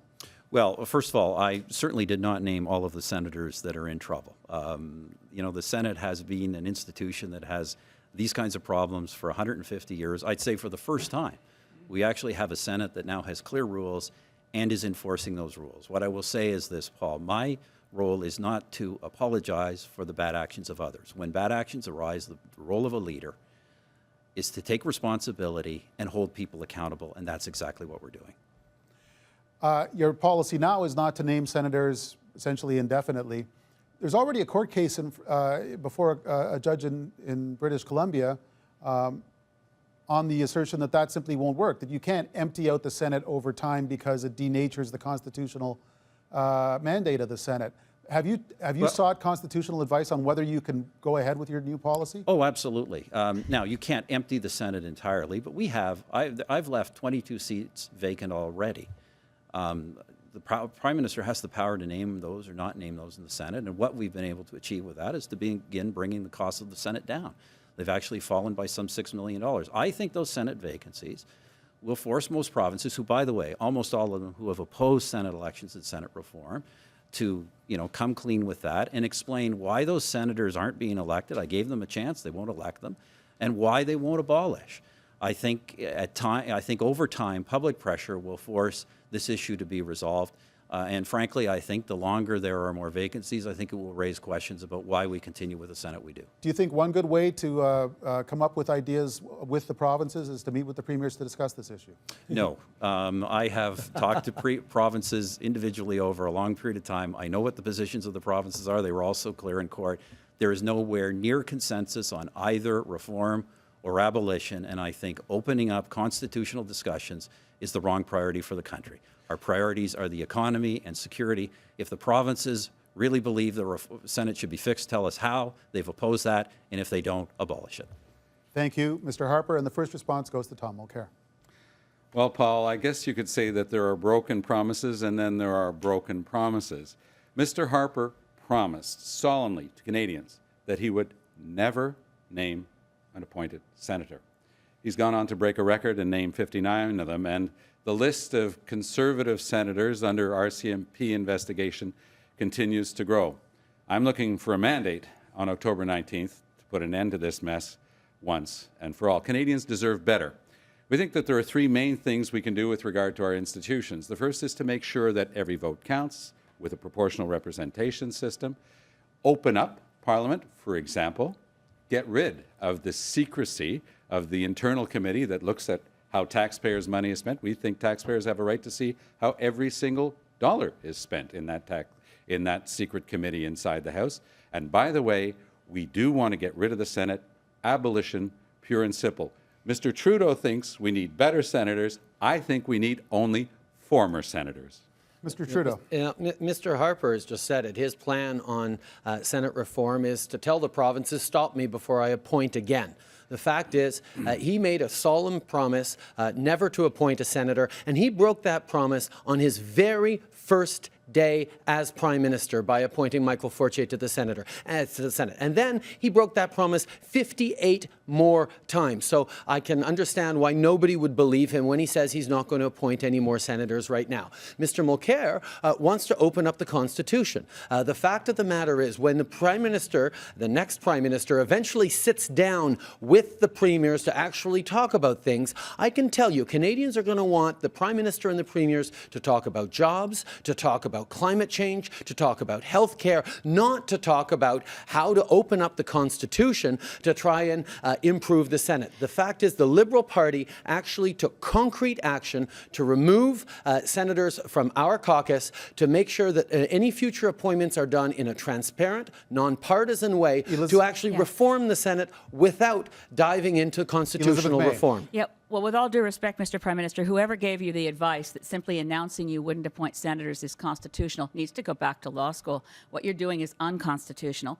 But the single biggest scandal that has yet occurred in the Canadian Senate was not the misspending. It was the really illegitimate notion that the Prime Minister's office has the right to tell its Conservative senators how to vote. And for the first time in the history of this country, a bill passed in the House of Commons, a democratically elected House, passed Bruce Heyer's Climate Accountability Act, and when it went to the Senate, the Conservative senators were instructed to kill it at their first opportunity. This is the first time in the history of this country that appointed senators have killed a bill without a single day of study in the Senate of Canada. Mr. Harper, did you ask the senators to stop that bill? We always ask senators to do, we cannot force them to do anything. What we ask them to do, Paul, is we ask them to support the party's position. The party didn't support that particular bill. But what I would say is this. Now look at the facts of the parliament under this government. This is often not reported. We have backbenchers operating and voting more freely than we had in decades. We have more private members' legislation that has gone through parliament under this government than multiple governments before us. That's the reality of the situation. You've also invoked closure more than all previous prime ministers combined. I was there with Jack Layton in front of the Senate the day those senators had the temerity to block a bill that had been adopted by those people who had been elected by the Canadian voting public. Ms. May is right. That was the first time in 75 years, and on what subject? The most important issue facing future generations. I don't want my grandchildren to have to bear the burden for wrong-headed choices today. Mr. Harper has just admitted that he asked the senators to vote to kill a bill adopted by the House of Commons. What greater proof of a lack of respect for our fundamental democracy than asking unelected people to defeat a bill voted upon and enacted by the elected parliament? Let's be very clear. We simply ask senators to stick to their principles. And the fact of the matter is that private members' legislation has been blocked very frequently in the past by the Senate. Never. This is the last time was 75 years what is ago. unprecedented Never. would be government legislation. And the reason I don't have to name senators, and we have 22 vacancies, is we have a healthy government majority. 59 times, Mr. Harper. You Mulcair, broke since your Senate promise abolition. 59 Well, times. can I lay out the Mulcair. record on that? Can I lay out the Yes, record sir. on that? For nearly 3 years, we left some 20 vacancies in the Senate, invited the provinces to fill those through elections. Only one did. Finally, to get government legislation moving in the Senate, I said in 2008 that I would appoint senators. And we've done so. And now that we don't need to, we have stopped. But Mr. Trudeau, you talk about truth. You just said there are no Liberal senators. Mr. Go Mulcair. on the parliamentary website. There are 29 Liberal senators there working for the Liberal Party. I've Canada. got When you to- say I've got that, such it's a just good completely question, false. Mr. Mulcair. Mr. Harper, Mr. you Mulcair, we're talking about Senate abolition. Your premier, Philippe Couillard, has told Maclean's magazine that no Quebec premier will ever support Senate abolition, given that Quebec's assent to a major constitutional reform is usually required. Is that not a problem? Well, I was with Philippe Couillard just a few weeks ago, and it's a long-standing position and one that I quite understand. but we would take a completely different approach to dealing with the provinces. This issue of Senate abolition begins with a mandate. It's not because it's been there for a long time that we can't get rid of it. That would mean sitting down with the provinces and territories. Now, Mr. Harper has refused to attend a single meeting of the Council of the Federation since becoming Prime Minister. I'm going to hold 2 meetings a year, one in Ottawa and one in one or the other of the provinces on a rotating basis. I come out of provincial politics. I'm not afraid of sitting down with my provincial counterparts on things like healthcare. We need a new accord. We need a modern accord. Of course I'm going to sit down with them instead of dictating a big cut like Mr. Harper did just a couple of years ago. Well, healthcare transfers have risen. On Senate reform, I would ask for a mandate on October 19th, and I'd start the hard work that I've already started, in fact, in opposition, of meeting with the premiers to try to get them on board to get rid of this undemocratic, unaccountable institution that is a relic from our colonial past. Mr. Mulcair, not only do you respect, as I do, the government of Quebec's position against Senate abolition, it was your position for all the years you were in the government of Quebec. And so you should be clear about that. Mr. Harper is proving my point. It's a long-standing position since the unilateral patriation of the Constitution in '82. Every successive Quebec government has said that. That's why I'm not at all hesitant to sit down again with my friend and former colleague Philippe Couillard and work on this very tough issue. Because I believe sincerely that the only way to deal with the Senate is to get rid of it. $1 billion has been spent on the Senate on Mr. Harper's watch. He's done nothing about abolition. He's done nothing about reform. Can you imagine how many childcare spaces we could have created with $1 billion, Mr. Wells? I'm being reminded that Elizabeth May has not had much of a chance to address these questions. I would appreciate that. The way that the Greens advocate that we change the way we make decisions in Canada to create a space where we can work together is to create a Council of Canadian Governments, which would include building on the Council of the Federation, but federal, provincial, territorial, representation from municipal and local governments, as well as First Nations, Métis, and Inuit, around the same table. We need to deal with the Senate. It's not my top priority because it's hard. It's going to require opening up the Constitution. We think we should amend the amending formula so that Canadians can change our Constitution by referendum instead of the antiquated formula we're saddled with today. Mr. Trudeau, the Prime Minister called you out. He said there's a lot of Liberal senators on the website. Is Larry Campbell in Vancouver a Liberal senator? Well, no, he is not part of our caucus. We have released the senators so they can be independent. A number of them have chosen to be independent. Some have chosen to continue to call themselves Liberals. But unlike what Mr. Harper just said, which is that he directed those senators to vote along the party lines, I haven't done that, and I no longer have the power to do that over the senators who are now, who were formerly in the Liberal caucus, because we feel that the decisions that are taken in the upper house should be independent of the political maneuverings that Mr. Actually, Harper Mr. has Trudeau, in the excelled Senate, over Liberal the past senators years. vote He the has Liberal Party imposed line them. every single time. That's not true, We've Mr. got Harper. about 20 seconds. To listen to Mr. Trudeau, you'd somehow have to believe that the Liberal senators have somehow changed now that they're Senate Liberals. Here's the reality. During the most recent provincial election in Nova Scotia, the new Premier had all of the Senate Liberals up on stage to thank them for doing his fundraising. The bagmen of the Liberal Party are still in the Senate. Here's a surprise for you. Larry Campbell's endorsed me in my riding. Just thought I'd throw that in. I'm afraid we got to say bye-bye. Stay with us for the final round of the night and for closing remarks.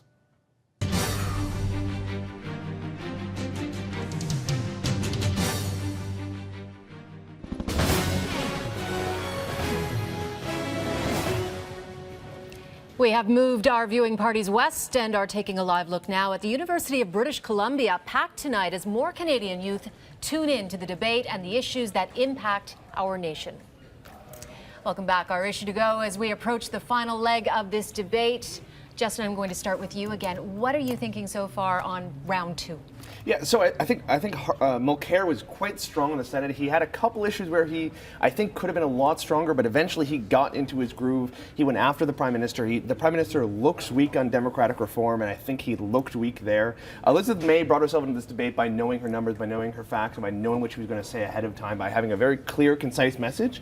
She got there. She made her point. I don't know if it's going to connect with the Canadians, but at least she got into that debate. John Geddes. I agree with the point on Elizabeth May. I think she's looked strong, but I thought the Prime Minister had to be worried going into the section on democracy with the Senate.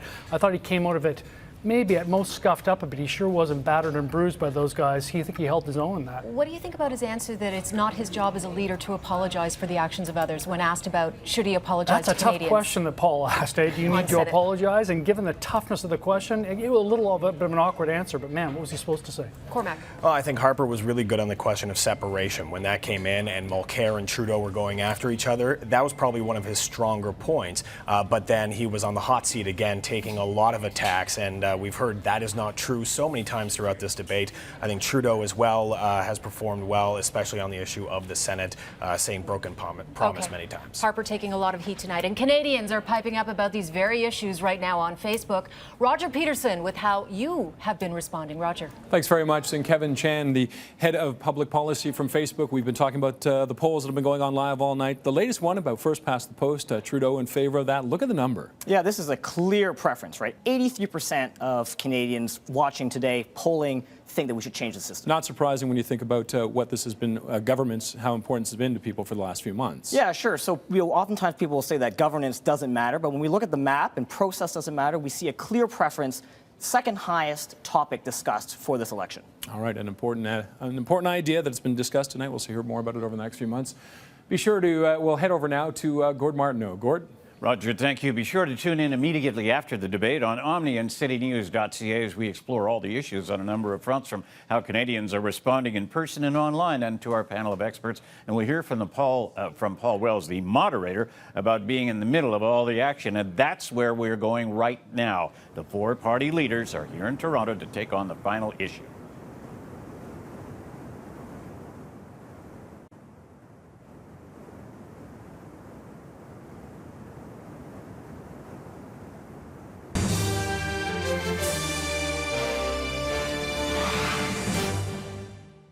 And welcome back once again to the Maclean's National Leaders Debate. Our final topic for tonight's debate is on foreign policy and security. If there ever was a distinction between the choices Canada makes abroad and the way we live at home, it vanished last October, when loners inspired by international terrorist movements murdered Canadian Forces soldiers in Ottawa and Saint-Jean-sur-Richelieu. Canadians' security is being challenged in Iraq and Syria. Our commitments to our allies are tested in Eastern Europe. Our relations with the United States and with the world's rising powers are still another area of controversy. In our final segment, we'll discuss Canada in the world.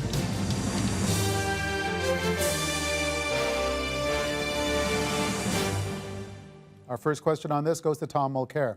Mr. Mulcair, Canadians are reluctant to send soldiers into combat, but they have also always been willing to defend Canadian values by force when necessary. The NDP's historic reluctance about sending troops into combat has never been tested in power at the federal level. Would an NDP government ever send troops or jet fighters into combat? And if so, where? Yes, we've shown that willingness in the past when it was based on a UN mandate, as in the case of Libya.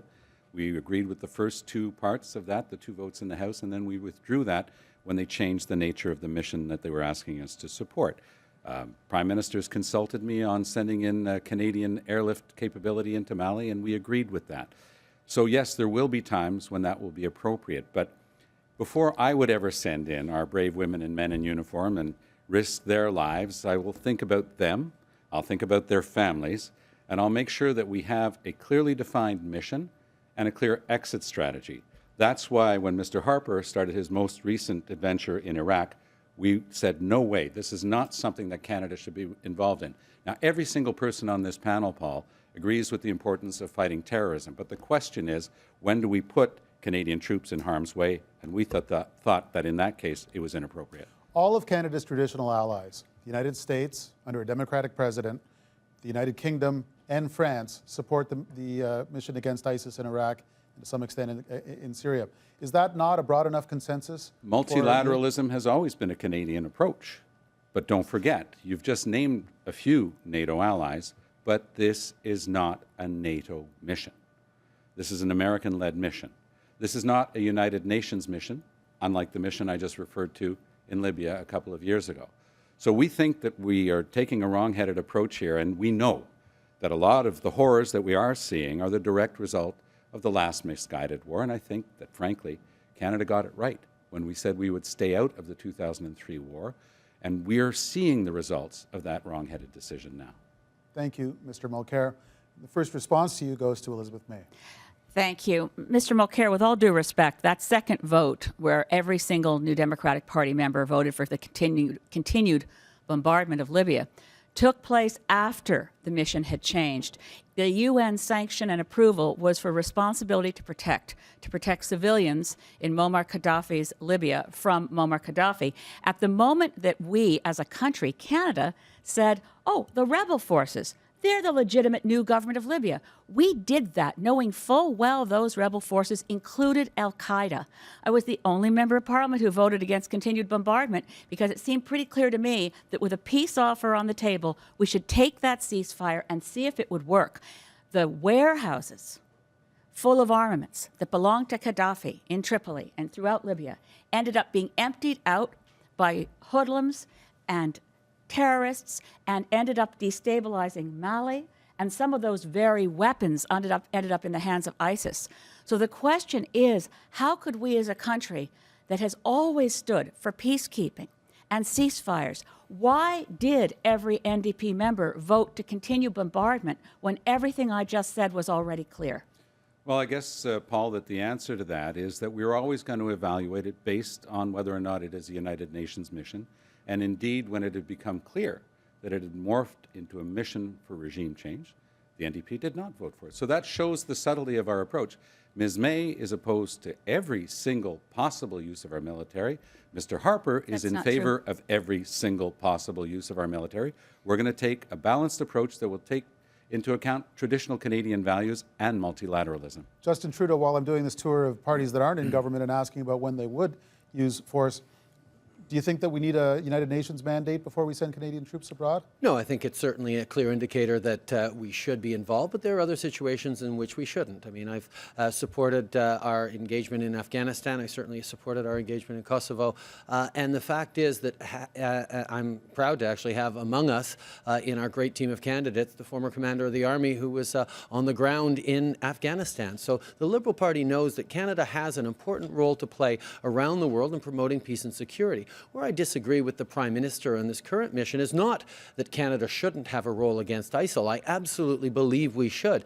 I just disagree on the approach that he's had. Unfortunately, Mr. Harper, as we've well seen, hasn't seen a war he hasn't wanted to get involved in, and that was very clear when he supported the George W. Bush's war into Iraq, where he said in 2003 that Canada should be involved. The fact is, Canada should have a role to play, but it needs to be the right one that's actually going to help the local forces fight and win the war for themselves. And that's why I've consistently supported training missions, not combat missions. Mr. Harper, two of your opponents have said you haven't seen a war that you don't like. What do you make of that?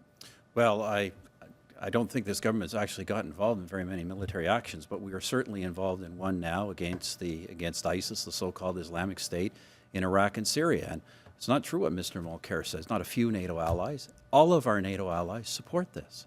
And not only our NATO allies. Virtually all of the countries of the region, a Muslim region, support this. The reason they support this is this organization has become the global nerve center of a violent jihadist movement that is not only threatening, literally slaughtering hundreds of thousands of people in Iraq and Syria before we intervened, but is a threat to the entire region and a threat to the entire globe. It has singled out Canada and Canadians by name and has demonstrated the ability to carry out attacks in countries like ours. It would be absolutely foolish for us not to go after this group before they come after us. And look, I'm very proud of the job that the men and women are doing, taking this on in concert with our allies, and I think it is very widely supported by Canadians because they understand Trudeau, it's common sense. This sounds like something a question that one of my colleagues put to you. If not ISIL, then who? The Liberal Party has been very clear. We support being part of the coalition against ISIL. We simply disagree that a bombing mission is the right way to go about it. When a Prime Minister chooses to send men and women of the Canadian forces into harm's way, there has to be a clear plan, there has to be a clear expectation of success, and there has to be a reasonable justification of the specific action Canada's taking. Not just, these people are bad, therefore we need to do something, it doesn't really matter what. It means that we have to be thoughtful because our allies and, quite frankly, Canadians expect us to be thoughtful about our approach when we engage in international affairs. Trudeau, and the other thing is, if we are going to send our troops overseas, we need to make sure we are properly taking care of them when they come home. And Mr. Harper has failed our veterans by nickel and diming them, by not giving them the service, the help that they need. And it's something that we should all be ashamed of, that this government that likes to wrap itself in the flag is actually not caring for those people who have fought, injured themselves, and in many cases died under that flag. This government has made record investments in veterans. We're spending 35% more on the average veteran today directly than we were when we came to office. But let me go back to the central question of the ISIS mission. What we are doing in ISIS is precisely the mission that our international allies think we should be doing. These are the priorities. Hit them in the air and help to train people, particularly the Kurds, on the ground. Mr. Trudeau has provided no rational reason for why he is against that, other than to simply slag the military when asked why they shouldn't go there. This is a mission supported by Canadians and our allies, and it is in the vital security of interests of this country. And if you're Prime Minister, you have to be able to make these kinds of decisions. But it's a tricky area. It's murky, and the question of who's our enemy and who's our friend. We're bombing in Syria. We don't have permission from Bashar al-Assad, although when you first said, Mr. Prime Minister, we'd wait for his permission, that was pretty strange because he's a butcher. The civil war that's been waging in Syria has caused massive humanitarian crisis, loss of life, 4 million Syrians who've taken refuge in other neighboring countries. We stood back and didn't do anything while that was going on. That wasn't ISIS murdering people. That was a civil war where the Sunni and the Shiite and the factions within the Muslim world are slaughtering each other, and ISIS is taking advantage of that. Are we on the side of Bashar al-Assad now? Are we going to help bomb ISIS, which we used to? Frankly, there were some people who said ISIS was probably a helpful force because they were against Bashar al-Assad. Isn't it one of the awful tricks of history that most of the world's crisis areas are in tricky parts of the world? It's very tricky, but that's why we have to look at what ISIS is doing. Why does this group of despicable thugs put their horrific acts on YouTube? Because they want to draw us into the region. They are following a very ancient and not official text of their, which they claim is essentially a Muslim book of revelations that will lead them to certain results, but only if infidels are in the right place at the right time for them to attack. So we are actually doing what they want when we go in with bombing missions. One more question to Mr. Mulcair, who got my first question about a different part of the world, Ukraine and Eastern Europe. Canada is part of a NATO mission there. NATO's Article 5 says that if a NATO nation is attacked, all NATO nations must respond. Would an NDP government uphold NATO's Article 5 in Eastern Europe against Putin? Well, of course, Ukraine not being a member of NATO, I'm not sure that the question would pertain. I guess what you're saying is if a NATO... Ukraine's neighbors. Well, again, we will, of course, support NATO. We are proud members of NATO, and that's why I made reference earlier to the fact that that should be one of our multilateral cornerstones, is whether or not a mission is a NATO mission. And despite what Mr. Harper just said, the mission in Iraq is not a NATO mission, period, full stop. With regard to Ukraine, yes, Putin is a danger. We stand firmly with Ukraine against the aggression by Russia, but there are things that Canada can and should be doing. Now, our allies, again, have a rather complete list of people who are being sanctioned. There are two key players. One is Vladimir Yakunin, the other is Igor Sechin. Mr. Harper is sheltering them. They are not on Canada's list. So my question to you, Mr. Harper, is why are these two individuals being blocked by all of our allies and you're giving them a free pass? Well, let me be very clear about how we have handled sanctions. And we have sanctioned a record number, not just of Russian officials, but of Ukrainian officials connected with the previous government and Russian officials who are involved in Ukrainian territory.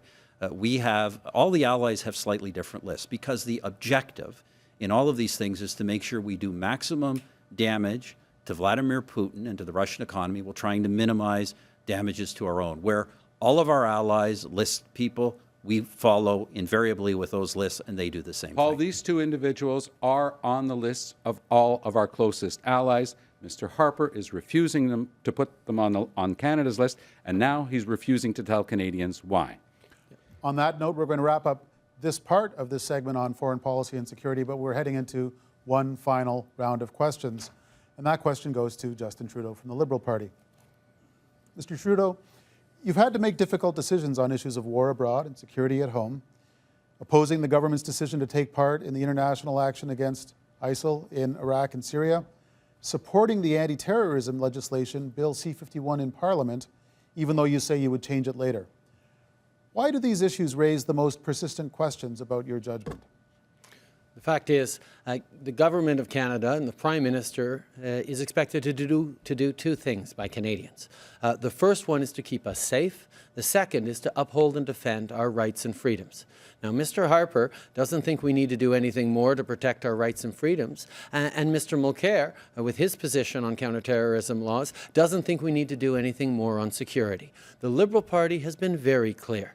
We need to do both of them together. We supported that legislation because there were specific elements in there that immediately and concretely protect Canadian security, and we're committed to repealing the problematic elements that have been highlighted and actually bringing in the proper oversight that our Five Eyes allies all have by elected legislators over our national security agencies to make sure that we are protecting. Also bringing in sunset and review clause and making sure that we are narrowing and specifying the definitions. We managed at committee to encourage the government to bring in significant amendments that removed a number of very problematic elements in it, and we will continue to be productive and constructive in not pretending that there's a political choice to be made. Perhaps it was naive. Perhaps there was something that I put forward and said, you know what, we can take a responsible position at a time of politics of attack and division, because Mr. Harper wants everyone to be scared that there are terrorists hiding behind every leaf and rock. Mr. Mulcair wants us to be scared for our charter and our basic rights and freedoms. The fact is, any Canadian government needs to do them both together. And that is what the Liberal Party has demonstrated in the years following 9/11. That's what we continue to demonstrate in terms of getting that balance right. Mr. Harper, what do you make of Mr. Trudeau's responses on these key questions? Well, look, I'll let Mr. Trudeau explain his own position. He's been both for and against the legislation at the same time. What I say is this, Paul, our view is very clear that security and freedom go hand in hand. We know that the international jihadist movement that we face is a very serious menace to this planet, including to this country. What we did in developing our legislation is we looked at what modern powers police and security agencies have across our allies, and we made sure that we are up to those standards.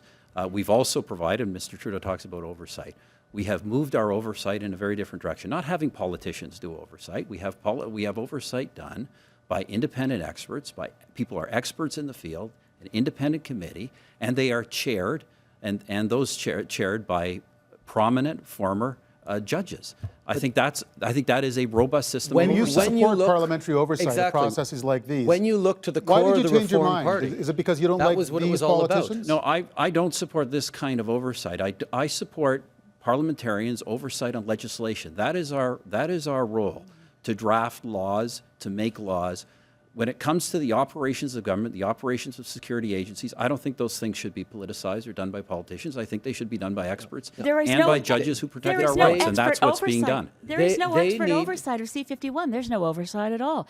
And if you listen to security experts, and I urge anyone watching to go online and find the evidence of Joe Fogarty, who is an MI5 agent from the UK doing liaison intelligence work with Canada.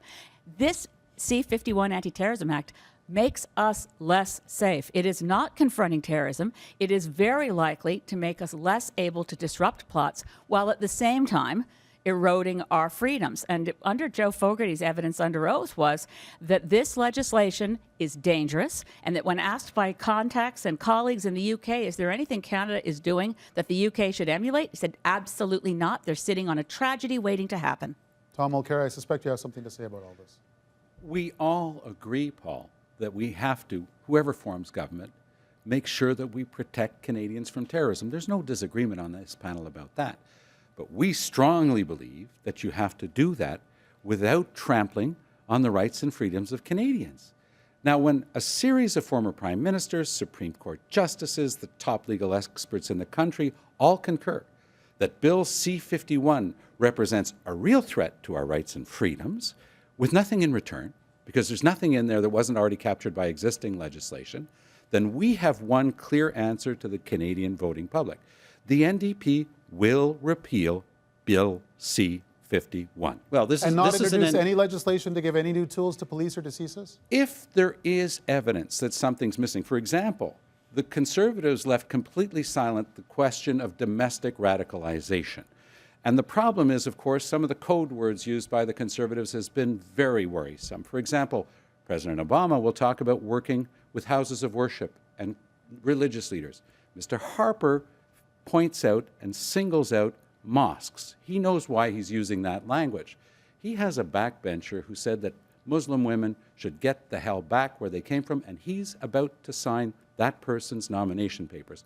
I find that reprehensible and beneath the dignity of a Canadian Prime Minister. Mr. Harper, are you using code words against Muslims? Absolutely not. Look, Mr. Mulcair's mantra, the NDP's mantra is the same on this every single time. Every piece of security legislation ever presented to Parliament, the NDP is opposed.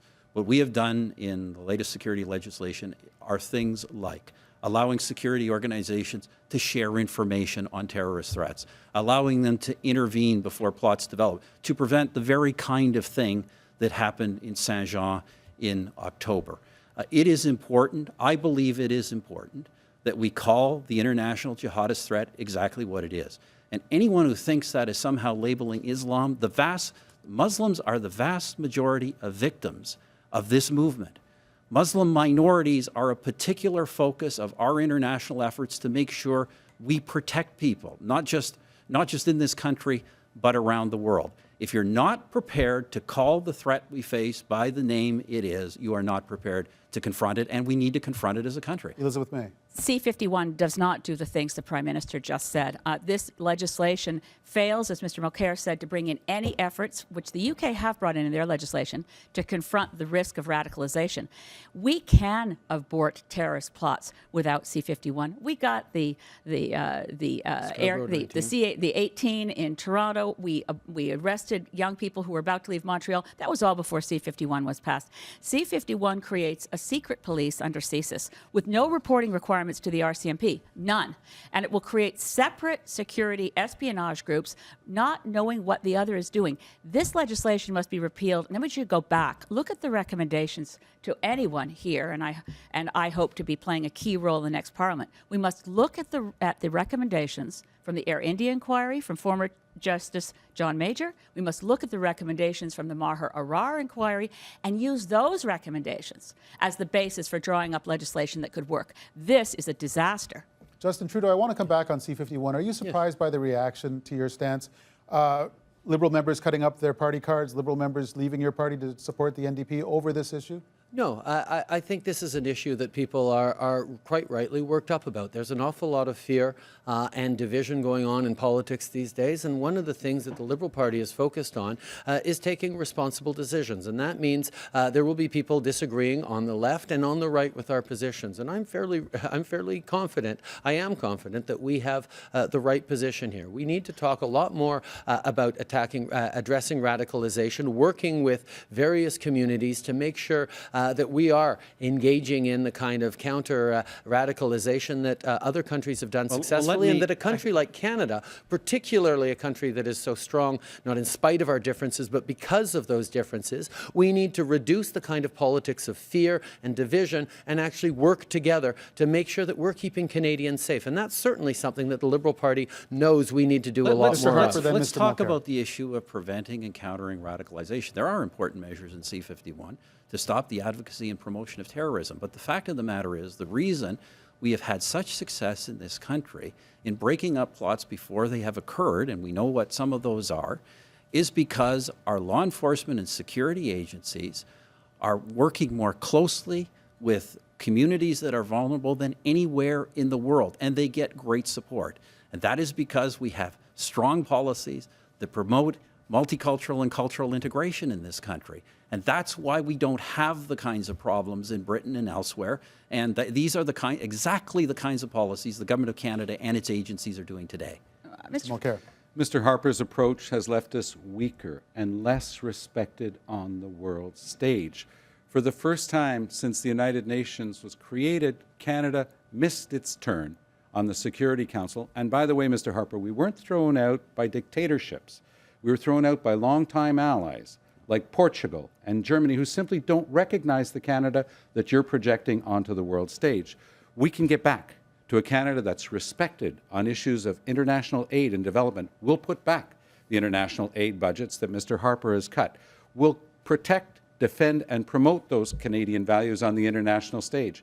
We also will start to respect our international obligations, stop working against the world, start working for the planet. I would love nothing more than, as Prime Minister next December, to go to the International Conference on Climate Change in Paris and to do just that. Get us on track to deal with the very real issue of climate change. Mr. Canada is weaker and less respected on the world stage. Quite the contrary. Mr. Mulcair, according to the Reputation Institute, a recently published study, it's a widely regarded organization, Canada is the most admired country in the world because we take strong stands, we do what we believe is right. Now let's talk about the Security Council of the United Nations. There is a movement at the United Nations to isolate and denigrate the State of Israel. This government has taken a very clear position. We will not support that. It is wrong. This is the only country in the world whose existence is under threat. It is a friend, an ally, one of the best friends and ally, the best friend and ally this country has in a very dangerous reason, and we will never go along with that anti-Israel position. I'll take no lessons from anyone on defending the right of Israel to defend itself, but we also take a very balanced approach. We want a safe state for Palestinians and a safe state for Israelis. That's a balanced approach. That's the type of approach Canada's always taken on the world stage. That's the approach that we will take. All parties are in agreement on this. We've been talking about international relations. We have the worst relationship with the United States that we've had in a long time. That's what we need to fix as well. We have covered so much ground over the last 2 hours, and now it's time to wrap things up with some closing remarks. Each leader will have 2 minutes, and we begin with Stephen Harper. Thank you, Paul. Ladies and gentlemen, this election is about who has the proven experience to keep Canada safe and our economy strong. We know that beyond our shores, the global economy remains in a state of turmoil and uncertainty. We have falling oil prices, we have market turmoil in China, we have yet another debt crisis in Europe.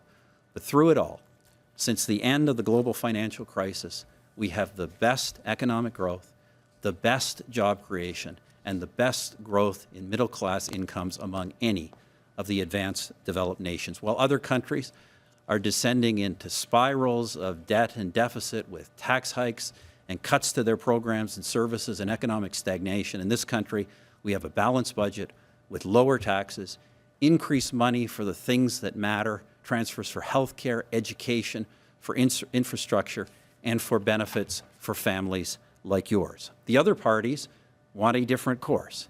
They would replace our low-tax, balanced budget plan. They want to spend tens of billions of dollars additional in permanent spending to be financed by high taxes, permanently higher taxes, and permanent deficits. They would take away, in whole or in part, your universal child care benefit, income splitting for families and seniors, and tax-free savings accounts. They would hike taxes on business and on workers through tax increases on the Canada Pension Plan, tax increases to employment insurance, and a carbon tax. Countries that have gone down the road of higher taxes and permanent deficits are failing around the world. You know that today there has been and there is no better place and no better prospects for your family than this country, Canada. On October the 19th, I ask for your support so together we can continue to build the best country in the world. Thank you, Stephen Harper. The next closing statement is Tom Mulcair.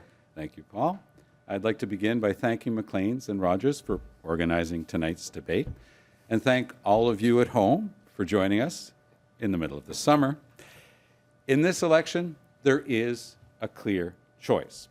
4 more years of Stephen Harper's Conservatives or my plan for positive change. Under Mr. Harper's plan, incomes are stagnant, household debt is skyrocketing. Mr. Harper has the worst job record since the Second World War.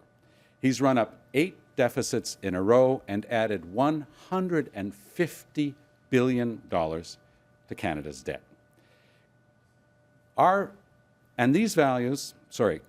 Mr. Harper's plan clearly isn't working. The list of Conservative operatives under our CMP investigation is continuing to grow. Some have even been sent to jail. The biggest risk for Canada is 4 more years of Mr. Harper's government. It is time for change. Change that's built on hard work, living within your means, and accountability. These are the values that have guided my 35 years of public service, and these are the values that will continue to guide me. My number one priority is to kick-start the economy and get Canadians working. We will invest in local infrastructure and help small businesses to create jobs. And we understand that good jobs and a clean environment go hand in hand. I have fought for Canada my whole life. I know that Canada is the greatest country in the world, but a lot has been lost under the Conservatives. I have the experience to replace Mr. Harper and the plan to repair the damage that he has done. Canadians are ready for change. We're ready too. I invite you to join us. Thank you. Thank you, Tom Mulcair. And the next round of closing remarks go to Elizabeth May. Thank you. And I also want to thank Maclean's and Rogers. This may, as we currently stand here on August 6th, be the only debate that involves all of us in an English language debate, and maybe we won't get a French language debate. So I appreciate the opportunity to speak directly to Canadians. And I want to say that it will be a shame if we don't have more debates, because as comprehensive as the questions were, we have not discussed social policy. We have not discussed how we respond to the Truth and Reconciliation Commission. We've not discussed how we must expand our Medicare system to include pharmacare, what we should do for young people who are facing crushing levels of student debts and their families. We have a lot of issues to discuss. Inequality. Everyone's talking about the middle class, and I support the concern.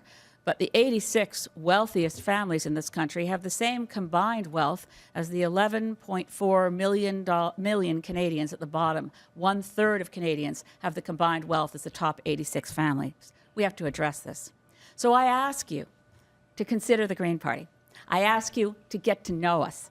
We are not what you think. We're not a one-issue party. We're certainly not a one-person party. I'm enormously proud to be joined by Deputy Leader, Member of Parliament for Thunder Bay Superior North, Bruce Heyer, by Deputy Leader Danielle Green in Quebec. We have exemplary candidates from coast to coast to coast, people like Claire Martin in North Vancouver, people like Gord Miller, former Environment Commissioner for Ontario and Guelph. We're running strong candidates to be strong MPs because we want to work for you. We want to go to work for you in a more collaborative parliament, one with greater respect, with civility in our discourse, willing to work across party lines to deliver what Canadians want. We believe in a Canada that works. We believe in a Canada that works together for all of us. Help us now. This is the election where we will get our country back. Thank you, Elizabeth May. I've almost never seen a bunch of politicians stick to their time as well as these ones are doing, and I very much appreciate it. Justin Trudeau, you get the last word. Mr. Harper has spent millions of dollars on attack ads trying to convince you that I'm not ready for this job. As silly as they are, they do pose an important question. How can you decide whether someone is ready to be your Prime Minister? Here's what I think. In order to know if someone is ready for this job, ask them what they want to do with this job and why they want it in the first place. I'm a 43-year-old father of 3 kids, and I love them deeply, and I want them to grow up in the best country in the world, one that we can all be proud of. What I learned from my father is that to lead this country, you need to love this country. Love it more than you crave power. It needs to run through your veins. You need to feel it in your bones. Mr. Harper and I part ways on many issues, but our differences go deeper than just policy. Mr. Harper is dead wrong about one thing. He wants you to believe that better just isn't possible. Well, I think that's wrong. We are who we are, and Canada is what it is, because in our hearts, we've always known that better is always possible. An economy that works for the middle class means a country that works for everyone. A country that is strong not in spite of our differences, but because of them. The world needs more of both those things, and after 10 years of Mr. Harper, so do we. Thank you, Mr. That's why I'm in this. That's why I want to be your Prime Minister. Thank you, Mr. Trudeau. This concludes the first debate of this campaign. This whole experiment was a bit of a new experience for everybody concerned, and I want to thank the leaders for the leap of faith that they showed when they agreed to participate. Good luck on the campaign trail to all of you. On behalf of Maclean's, City, and Omni, I want to thank the viewers at home and online for tuning in tonight. Be sure to visit the Maclean's website for complete coverage of this campaign. Please stay tuned on Omni. I'm heading over there right now for the City News Special, Your Vote, Your Future. I'm Paul Wells. Good night from Toronto.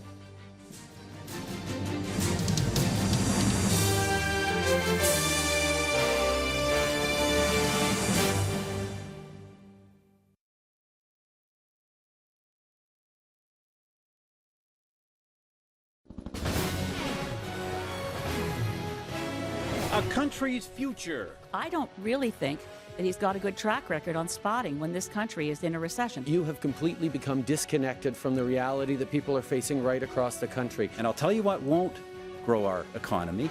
Kinds of plans these guys are presenting. Put to the test. Whoever gave you the advice that simply announcing you wouldn't appoint senators is constitutional needs to go back to law school. The leaders and the issues that will unite us. What we're seeing here tonight is that you're going to do everything you can to hang on to your job. Or divide us. The only two people I know in Canada who are anxious to start talking about separatism again are Justin Trudeau and Gilles Duceppe. The longest election campaign in recent history intensifies. Mr. Harper has failed our veterans by nickel and diming them. This is your vote. That is the record of the NDP. They're always for projects until they actually face one. This is your future. Honestly, Mr. Harper, we really can't afford another 4 years We have of you.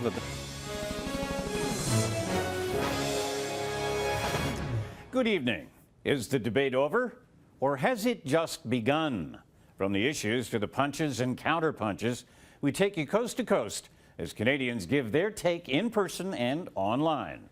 Let's kick things off with our panel of experts and City News political specialist, Cynthia Mulligan. Thank you, Gord. I am joined by some esteemed political analysts from Ottawa. We have Cormac McSweeney, who is the Parliament Hill Bureau Chief for 680 News. We have John Geddes from Maclean's. You are the Ottawa Bureau Chief.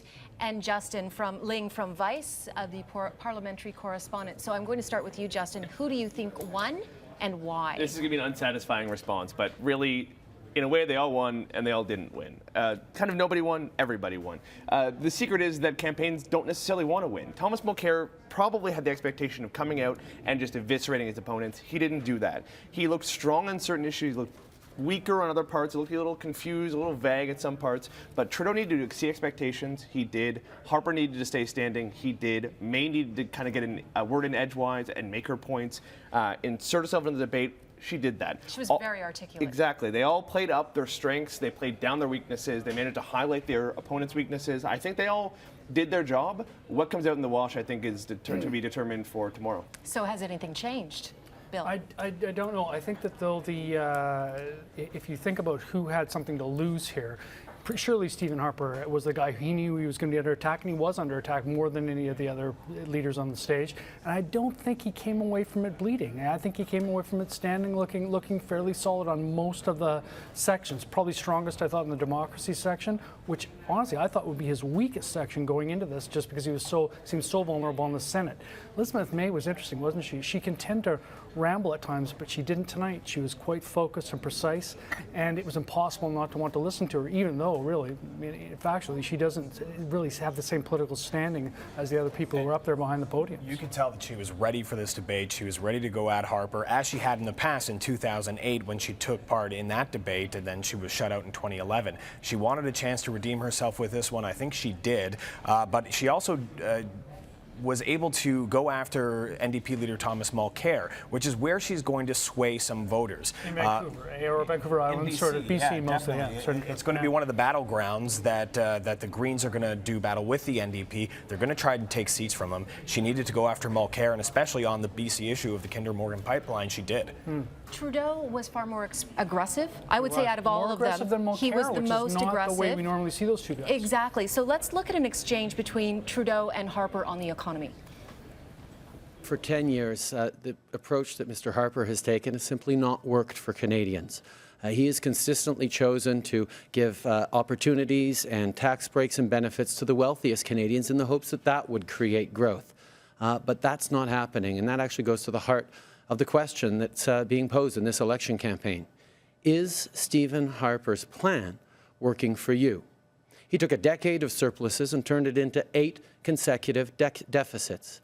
We're the only country in the G7 that's in recession right now, and he has no plan to get out of it. And we just found out that wages are falling as well. You may not feel that from 24 Sussex, but I know you feel that at home. So interesting. I mean, Harper really was taking it from all sides. He was, and yet not looking to me like he was lost his poise at any point. Interesting, though, there had to be people in both the Conservative and NDP camps who were praying for Justin Trudeau at some point. Look, fumbling. They couldn't expect him to make an outright gap, and they must have hoping at some point he's going to look weaker and less prime ministerial than either of our guys. I don't think until maybe his closing statement, where I thought he was oddly mannered and slow in his delivery, I thought up until that point he looked pretty comfortable on the stage with them. They have to be a bit disappointed about that. I thought Trudeau's big benefit at the beginning was he was very, very particular, he was very concise, he was very specific, and he, the other leaders managed to get in some very serious stings on the prime minister that if they keep repeating, I think it's going to be very damaging. We're in a recession. The budget was not balanced. Job creation numbers are stagnant. I think if they can keep hitting those points and then keep hitting the prime minister with them, he's going to be in real trouble. I don't think he properly inoculated himself against them tonight. Interesting, though, Justin, that we had Mulcair and Harper, just the way the podiums were set up, side by each.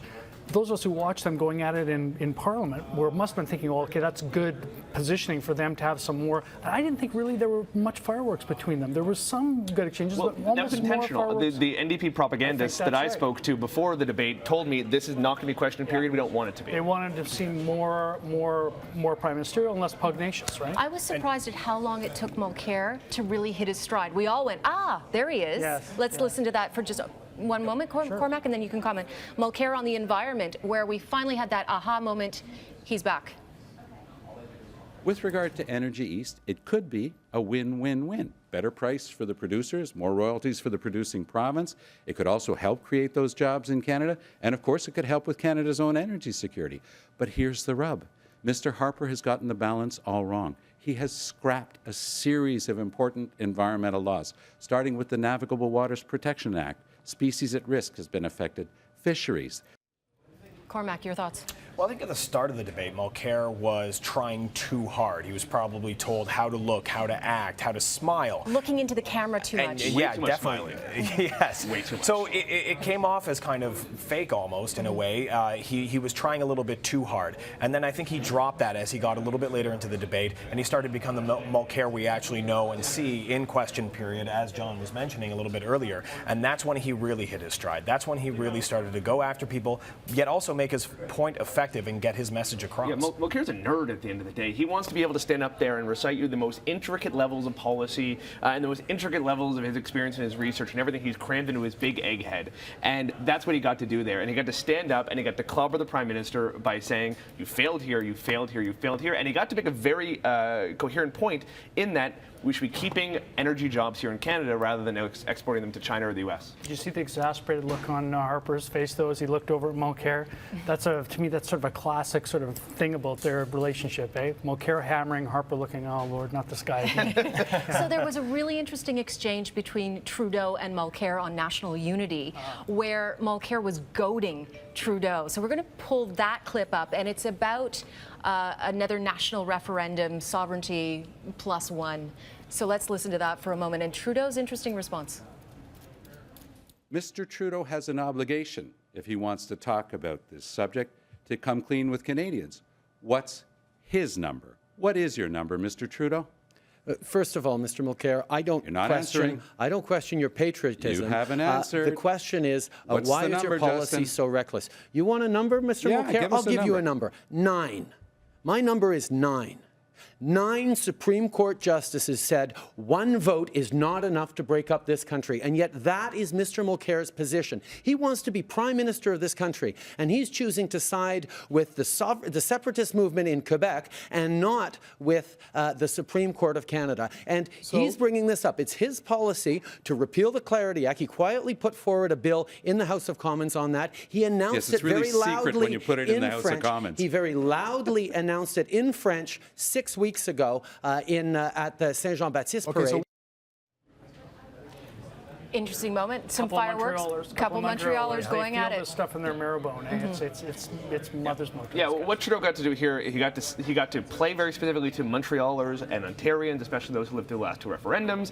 And Harper then got to jump in and say, let's not even bother talking about this. Let's move on. And yet I think that was his best segment, and he was passionate about the unity question, and he really came through on that. Let's not talk about this. We have so much more to talk about. We haven't even covered off Elizabeth May yet, or their comments on terrorism. We will have that for you on our next chat. Right now, though, Gord, it is back to you.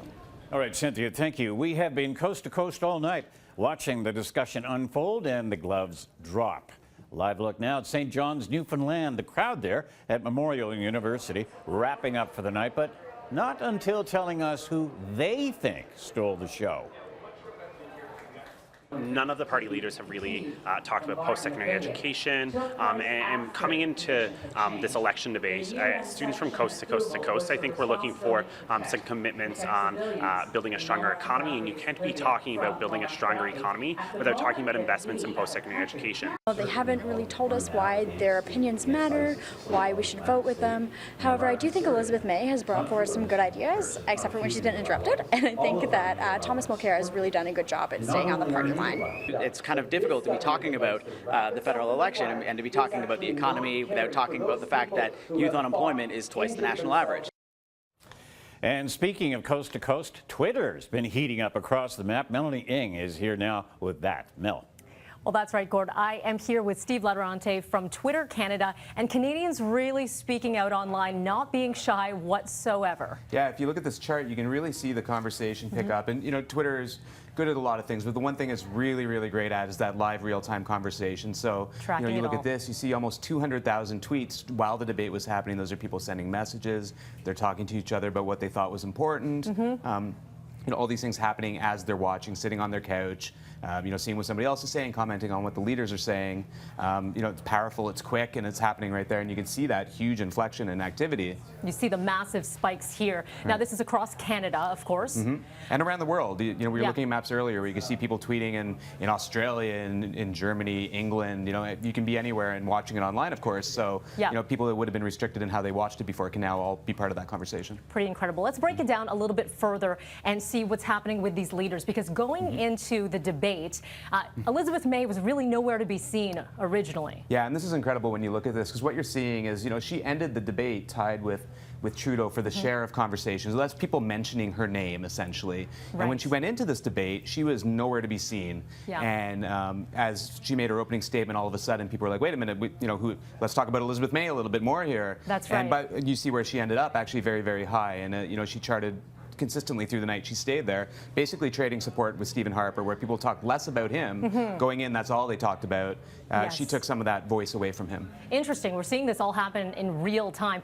Justin Trudeau, any surprises that he maintains sort of that level? A lot of people want to know about him. Yeah, I think you're looking for big movements either way to see that sort of momentum. And it looks like he went in with the expectations where they were, and they just kind of stayed where they were. You know, no major moments, no ups or downs, nice and steady, which is probably okay. But I think if you're Elizabeth May, you're thinking think, and that's a pretty good showing for a debate that you weren't sure about, and gives you good ammunition going into the others that you're not invited to, all of a sudden making a case that, hey, maybe I should be invited to these things. Absolutely. And finally, let's look at it even closer, because when we look at some of those peak moments, where you see where the green is, that's Elizabeth May. That's people actually tweeting about her and the Green Party. Yeah, it's amazing. So you can see right there where she's like, all of a sudden she makes her opening statement and everybody is like, this is something we should be paying attention to. And then you can see with the other leaders all the way through the debate, different spikes. So the big green spike you see at the end is her closing statement, of course. But the middle one is her talking about civility in Parliament. And isn't it interesting that, you know, people are sitting at home saying that's something they really care about when, you know, going into the debate, it was all economy, economy, economy. Right. But when you look at the big inflection points, it was the civility in Parliament, and the last big spikes at the end were about the ISIL mission, and that's again when people started talking a lot. Well, you see that the red spike as well. Okay, so Justin Trudeau talking about security, and people seem to really respond to that. Yeah, and what's interesting here, this is just people mentioning them too. So, you know, being mentioned doesn't always mean they're saying fantastic things about you. It could be, I can't believe somebody just said that, or, you know, those sorts of things as well. So it's just showing that there's this enthusiasm, and enthusiasm is not the right word, but a passion for what somebody's saying at that moment, that they feel that they need to talk about it as well. What's interesting is that we're just going to go right to the back here. Actually, before we go to this, we're going to go to Roger Peterson, who is standing by. He's getting some Facebook reaction. We continue this social media reaction online. We're going to you, Raj. All right, thanks very much, Melanie. Kevin Chan joining us from Facebook, head of public policy there. It's been an interesting night, Kevin. At the start of the night, we had a poll that said, who should be the leader, or who do we want to see as a prime minister? That's right. And Mulcair was at the front. And now we've got that second poll at the end of it. Where are we now? And we see that the numbers have largely stayed the same. Mr. Mulcair has maintained his lead in the polls. But really the big difference here is Elizabeth May, who's really sort of jumped a bit in terms of the polls and sort of seems to have come out of the crowd and really stood out. And it might be because of this. We had a Facebook moment. We'll explain a little more. But here's the Facebook moment when it spiked. The interest spiked in the debate. With all due respect, Mr. Prime Minister, the only way you can take credit for the emissions drop, which only occurred in 2008 and 9, is the global financial crisis. That's the only thing that brought down our emissions. They would have gone up much more than they have now, if not for the action of Ontario in shutting down coal-fired power plants in British Columbia and bringing in a carbon tax. The cold, cruel reality is that under your watch, greenhouse gases have been rising, carbon pollution has been rising as soon as our economy began to recover in 2009. Straight up line. And that was the spike in the conversations. First of all, quickly, Kevin, what is a spike when you're talking about that with these conversations? So we're looking at the conversations of all Canadians on Facebook watching this debate. And the spike is really a moment when a lot of people are really engaging. So that's a moment in time during the debate where we really saw a spike in activity on Facebook. And what do you think may have led to that with that quote there, that clip from her? Yeah, I mean, there could be a lot of reasons. It could be the nature of what she's talking about. So in this case, she was talking about greenhouse gas emissions in Canada and how they had actually dropped and it coincided with the recession. So it could be the content. But it could also be, again, that Elizabeth May, as an individual, as a leader on stage, really stood out among the four leaders. So that's a really interesting insight. And we're getting this in real time from real conversations with Canadians across the country. Okay, Kevin, thanks very much. We'll talk again in just a little bit, but let's go live now to Tom Mulcair. Thank you very much. And, you know, many Canadians are afraid that they will outlive their money and they want access to pension savings vehicles. Would your government support an Ontario pension plan? Well, Michael, as you saw this evening, that was one of the subjects we didn't get to, and it's always been a great concern to me when you see something like a bankruptcy at Nortel and you watch a lot of pensioners lose their money because they've invested, it's foregone wages, and then we don't have protection in the case of bankruptcy and insolvency, so that's something we clearly have to work on. Yes, I think that Ontario is right to try to do something to help pensioners have a decent retirement. I would prefer to be the NDP government that does that with them. In other words, I think that the federal government can work hard in consultation with the provinces and territories to increase the CPP and work with Quebec that has its own system, the QPP. You don't reinvent the wheel. As a matter of public administration, you try to use what's already there. Bonjour. Est-ce qu'il y a d'autres questions? Bon, ben merci, je m'en vais. Thank you. Oui. Merci de me donner un peu de contenu francophone. Avez-vous réalisé, quand M. Harper l'a dit, que vous veniez de lui faire admettre qu'on est presque en récession? Oui, je me suis rendu compte que M. Harper a admis ce soir que nous étions en récession. C'était un aveu important. Je me souviens, quand j'étais étudiant en droit, on nous disait qu'un aveu, c'est la meilleure forme de preuve.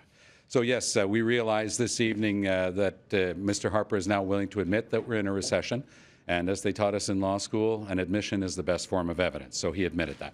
Et quel bilan vous tirez de cette expérience de 2 heures sur le plateau? Est-ce que vous êtes satisfait? Bien, je vous avoue que c'était mon premier débat des chefs. Alors, c'était assez mouvementé. On a couvert un ensemble de sujets.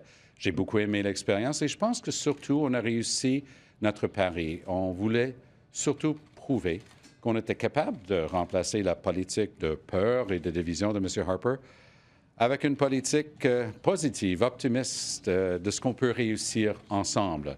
Et nous croyons avoir l'expérience et le leadership nécessaires pour défaire M. Harper et pour le remplacer avec un gouvernement social-démocrate dès le mois d'octobre. I think that we achieved what we set out to achieve, which is to show that we have the leadership and the experience to replace Stephen Harper's politics of fear and division with a politics of hope and optimism. And we did that in a debate that covered a fairly wide range of topics. It was my first debate as party leader. I enjoyed the experience, and I'm sure that there's going to be a lot more exercises of this nature between now and the election. Est-ce que c'est pas surprenant que la question du Québec ait occupé autant de place dans un débat entre anglophones, finalement? Et vous savez, M. Trudeau avait une question simple à laquelle il était obligé de répondre. Il doit ça aux Canadiens. Il était incapable de dire son chiffre. Il peut bien dire qu'il n'aime pas la position du NPD qui existe pourtant depuis 10 ans. Notre position, au terme de la déclaration de Sherbrooke, elle est bien étayée. Welcome back to our analyst panel. We are joined again with some more discussion on the ins and outs of this debate. Terror did come up. We knew that it was going to, and we also knew that Harper was going to play the fear factor and talk about how he had to be the one staying the course. He's the best to protect us from global terrorism. And he had an interesting exchange with Trudeau that will run right now, and Harper defending why Canada is involved in the war on terror abroad. I don't think this government has actually got involved in very many military actions, but we are certainly involved in one now against ISIS, the so-called Islamic State, in Iraq and Syria. And it's not true what Mr. Mulcair says. Not a few NATO allies. All of our NATO allies support this. And not only our NATO allies. Virtually all of the countries of the region, a Muslim region, support this. The reason they support this is this organization has become the global nerve center of a violent jihadist movement that is not only threatening, literally slaughtering hundreds of thousands of people in Iraq and Syria before we intervened, but is a threat to the entire region and a threat to the entire globe. It has singled out Canada and Canadians by name and has demonstrated the ability to carry out attacks in countries like ours. It would be absolutely foolish for us not to go after this group before they come after us.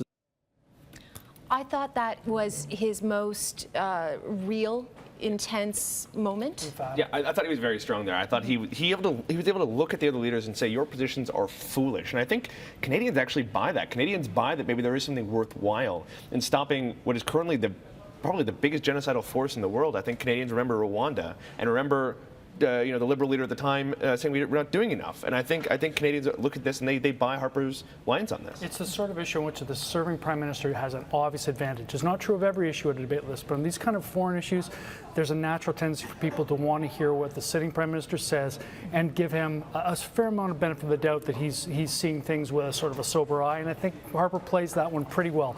Polls going back to early 2014 have shown he tends to do well, tends to pick up when international news is in the air, doesn't do quite as well when domestic stories are dominating the headlines. And he said this right at the start when he was standing in front of Rideau Hall. He said this is going to be about two things, the economy and national security. And he's focused on that. He really wanted to hit home with this topic, discussing the mission against ISIS as well as Bill C-51, defending that against the onslaught from the other leaders.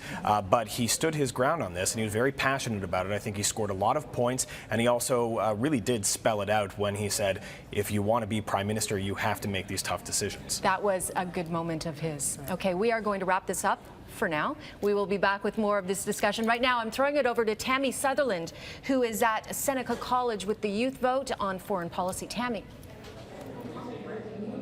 Thanks very much, Cynthia. Yeah, the final issue in the debate tonight was foreign policy and national security, an issue that has definitely gained more traction ever since the 2 terror attacks on Canadian soil this past fall. I'm joined now live by Mubin Sheikh. He is a former counterterrorism operative with CSIS as well as the RCMP. Thank you so much for joining us. You definitely have a unique perspective on this topic. And for those who are not familiar, give us a little bit of your background. I'm born and raised in Toronto, Canada. Went through a period of radicalization. 9/11 actually made me rethink my views. I went to Syria, de-radicalized, came back to Canada, became an undercover operative for CSIS, working a number of infiltration operations, and one of which moved on to become the Toronto 18 terrorism case. Okay, good. We're going to come back to you, Mubin. We're just going to actually throw it to Green Party leader Elizabeth May, who's just come to the podium to speak.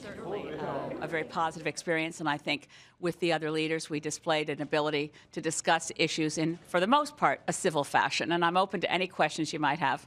How do you think you did tonight? Oh, my daughter says I did great, and I had an email from my brother in Cape Breton who said I won the debate, so I'm just very pleased with being able to communicate clearly on a wide range of subjects. If nothing else, I hope I demonstrated for Canadians that the Green Party is not a one-issue party. How many seats do you think your party can actually win, like realistically? Well, we're running in 338, so somewhere shy of that.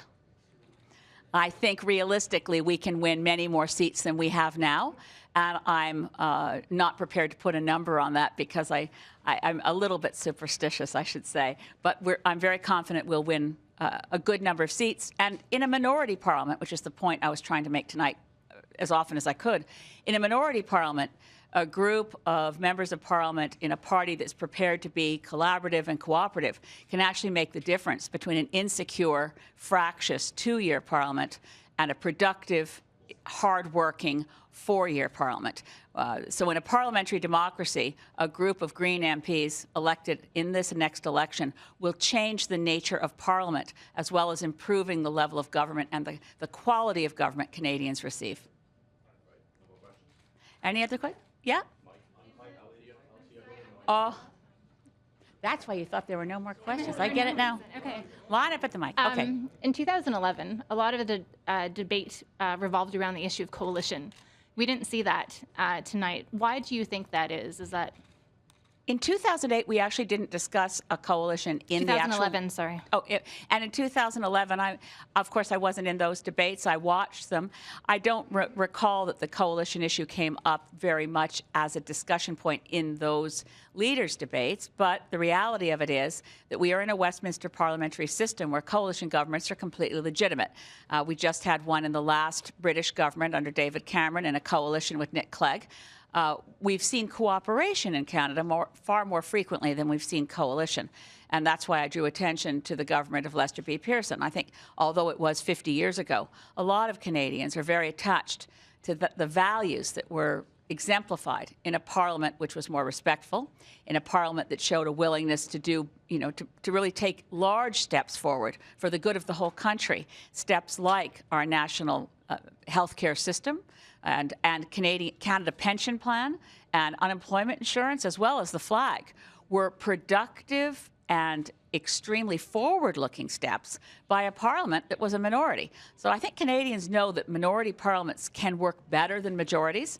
And the other concern I have, which Paul Wells started out with, is we're allowing our system of government to increasingly become an elected dictatorship with prime ministers walking into the prime minister's office and finding all the levers of power they need to control not just their own MPs and not just turn cabinet ministers into ciphers for policies developed in PMO, but also reach out, suppress the civil service and gag scientists, and even hurl insults at the Supreme Court of Canada. So we need to reduce the power of the Prime Minister's office regardless of who the Prime Minister is.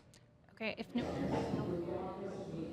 And that was Green Party leader Elizabeth May speaking to the media after the debate. We're back here now with Mubin Sheikh, a former counterterrorism operative, and you were here watching the debate with us. In your opinion, who performed the best, especially when it comes to national security issues?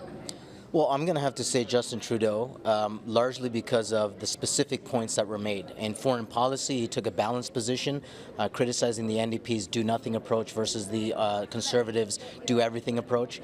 Secondly, he talked about parliamentary oversight of national security. This, I think, is a very, very important issue.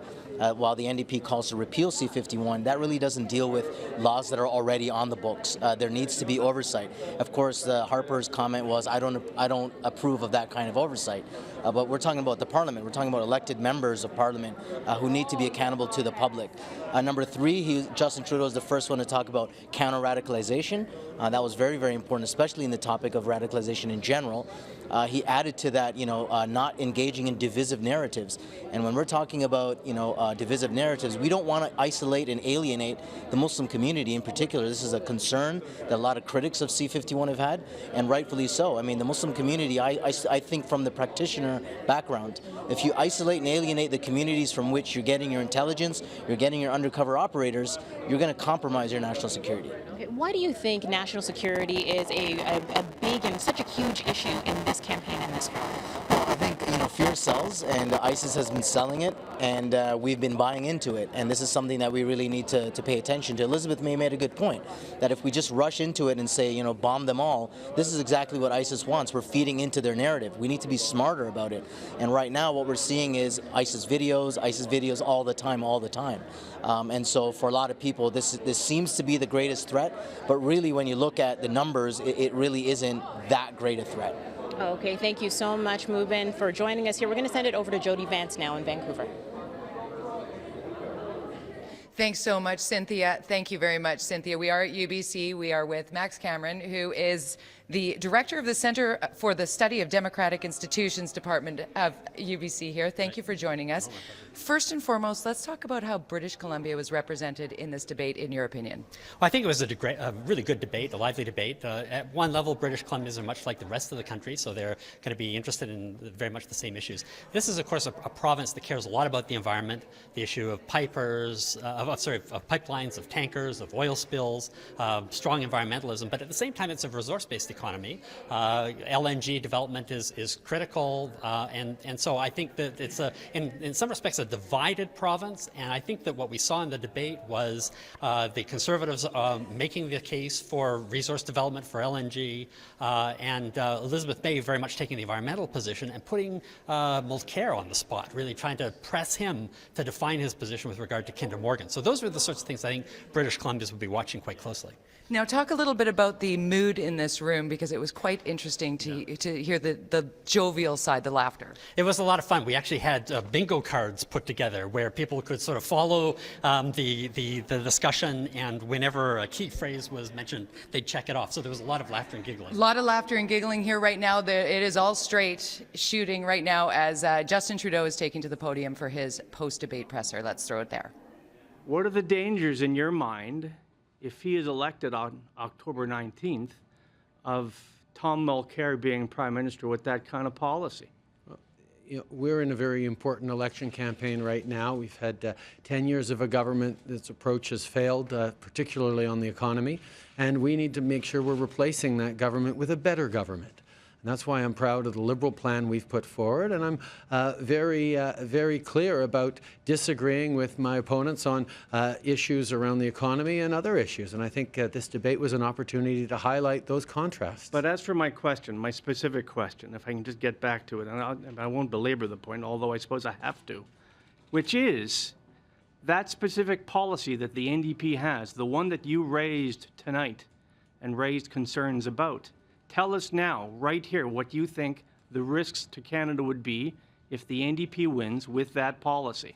Well, I think the nice thing about election campaigns is that it's Canadians who get to decide who becomes the next Prime Minister. And I think it's important that they make that decision based on all the various positions and attributes that are brought to the table. And I think Mr. Mulcair's position, as I highlighted, of making it easier to break up the country than the Supreme Court says it should, is not a position that a Prime Minister of this country should take.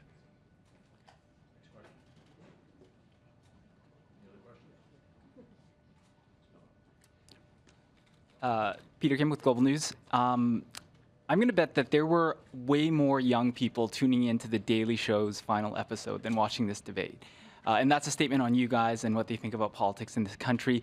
What do you have to say to young people in this country about why they should be engaged and why your party is the best to lead? Well, one of the things that the popularity of The Daily Show and, quite frankly, the level of engagement that young people show across the country, whether it's in local causes or big single issue positioning or activism on various levels, is we have a generation of young people who are very interested, very concerned about the way the world is unfolding.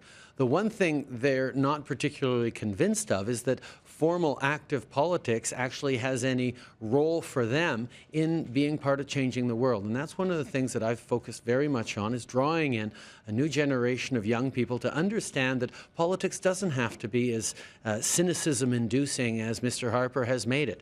There's room for openness, for thoughtfulness, for bringing in multiple points of view, and for working together to actually solve the big challenges, whether it's poverty, whether it's in climate change, whether it's social justice and human rights.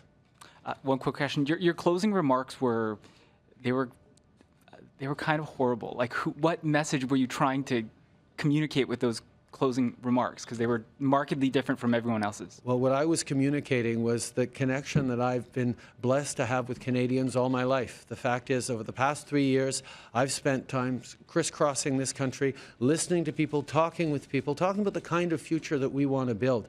Mr. Harper's vision for this country is one that says we should be grateful for what we have and not aspire to any more. Well, I disagree with that, and I know Canadians disagree with that, and that's exactly what I was happy to address in my close. Hi. Underemployment rate for people 15 to 24 was 14.3% in 2012 compared to 6% for people 25 and over. What are your specific plans to address youth underemployment?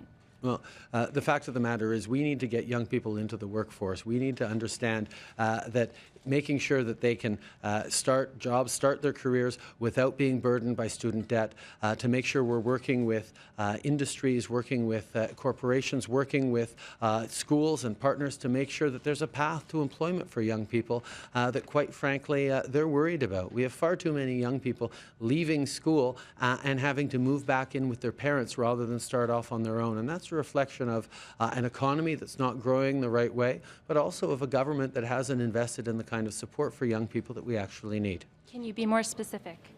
And we are back with our panel. Now, I think Trudeau did better than expected, but I think he needed to do better still because he's been battered so badly by that attack ad from the Conservatives. Yeah, no, he's been practicing for months and months and months. The number of fake debates and practice debates they've had is probably a pretty significant number. They brought in Sheila Copps to play the role of Elizabeth May.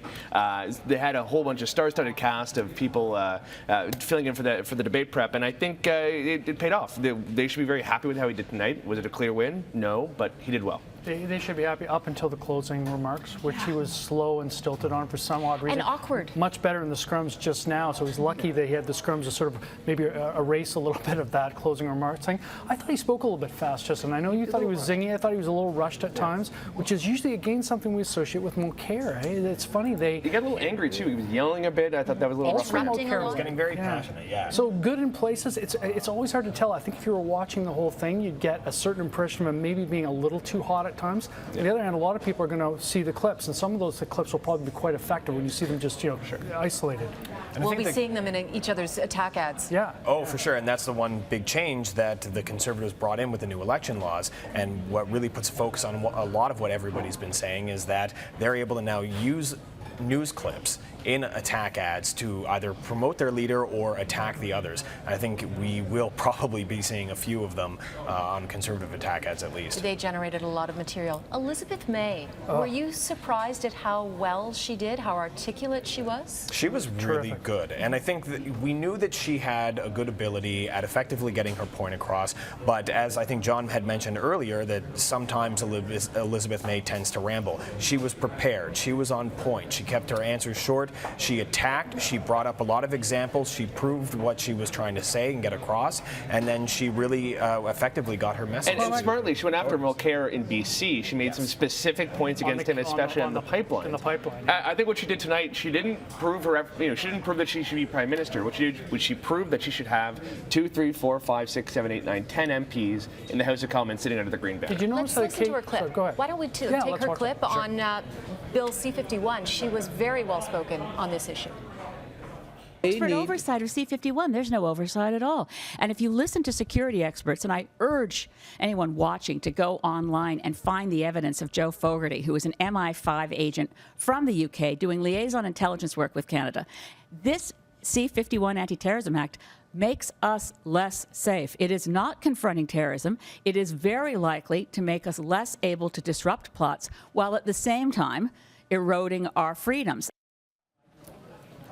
And one little ouch moment to tell the audience about, a little Twitter gaffe or a social media gaffe from the Prime Minister's office. Cormac, you were looking at it, weren't you? Yeah, it's kind of hard to come out and declare that the Prime Minister has won this debate, and it's a little bit embarrassing when you misspell the word Prime Minister. I thought our Prime Minister did great. There it is. I've been known to make spelling mistakes on Twitter, so I'm hesitant to leap too much on this. Now, I did take a look at the Twitter account again. They have fixed the spelling error. Hastily fixed. Yes, very but quickly. But still a little bit of an embarrassment there. Yeah, obviously. And I mean, Harper all night was facing a lot of attacks. You know what is an embarrassment? The fact that the Prime Minister is not speaking to reporters after this event, and that is actually, for me, unconscionable. All of the other leaders are standing out there and asking questions about how they did, about their policies, about their platform, about what they support and believe in, and Stephen Harper just took off, and it's a part of a long series of tactics the Prime Minister has had to avoid the media and to not take questions. He can't control the crowd. He can't control the crowd. He can't control the questions they're asking. He can't control what they want to ask him,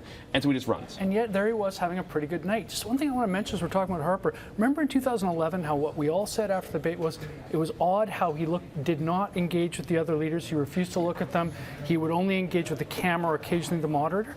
He didn't do that this time, eh? He was looking over. He was onto his podium. We had quite often had camera angles where we saw him very directly watching, even watching when the exchanges were between the other leaders. None of that sort of aloofness. He's either was just more relaxed today, or their interpretation of the way it went over last time was that it wasn't a winner for him to seem that distant or detached. Okay, on that note, we have to wrap briefly. Right now, though, Gord, it's over to you. Canadians from coast to coast took in tonight's big debate. The panel watched and listened closely in Moncton, New Brunswick to hear the leaders debate the issues and try to win your vote. Also, we were in Montreal. There, too, the voters have been watching and considering and weighing. Now let's check in with Roger Peterson with the Facebook response to tonight's debate. Roger.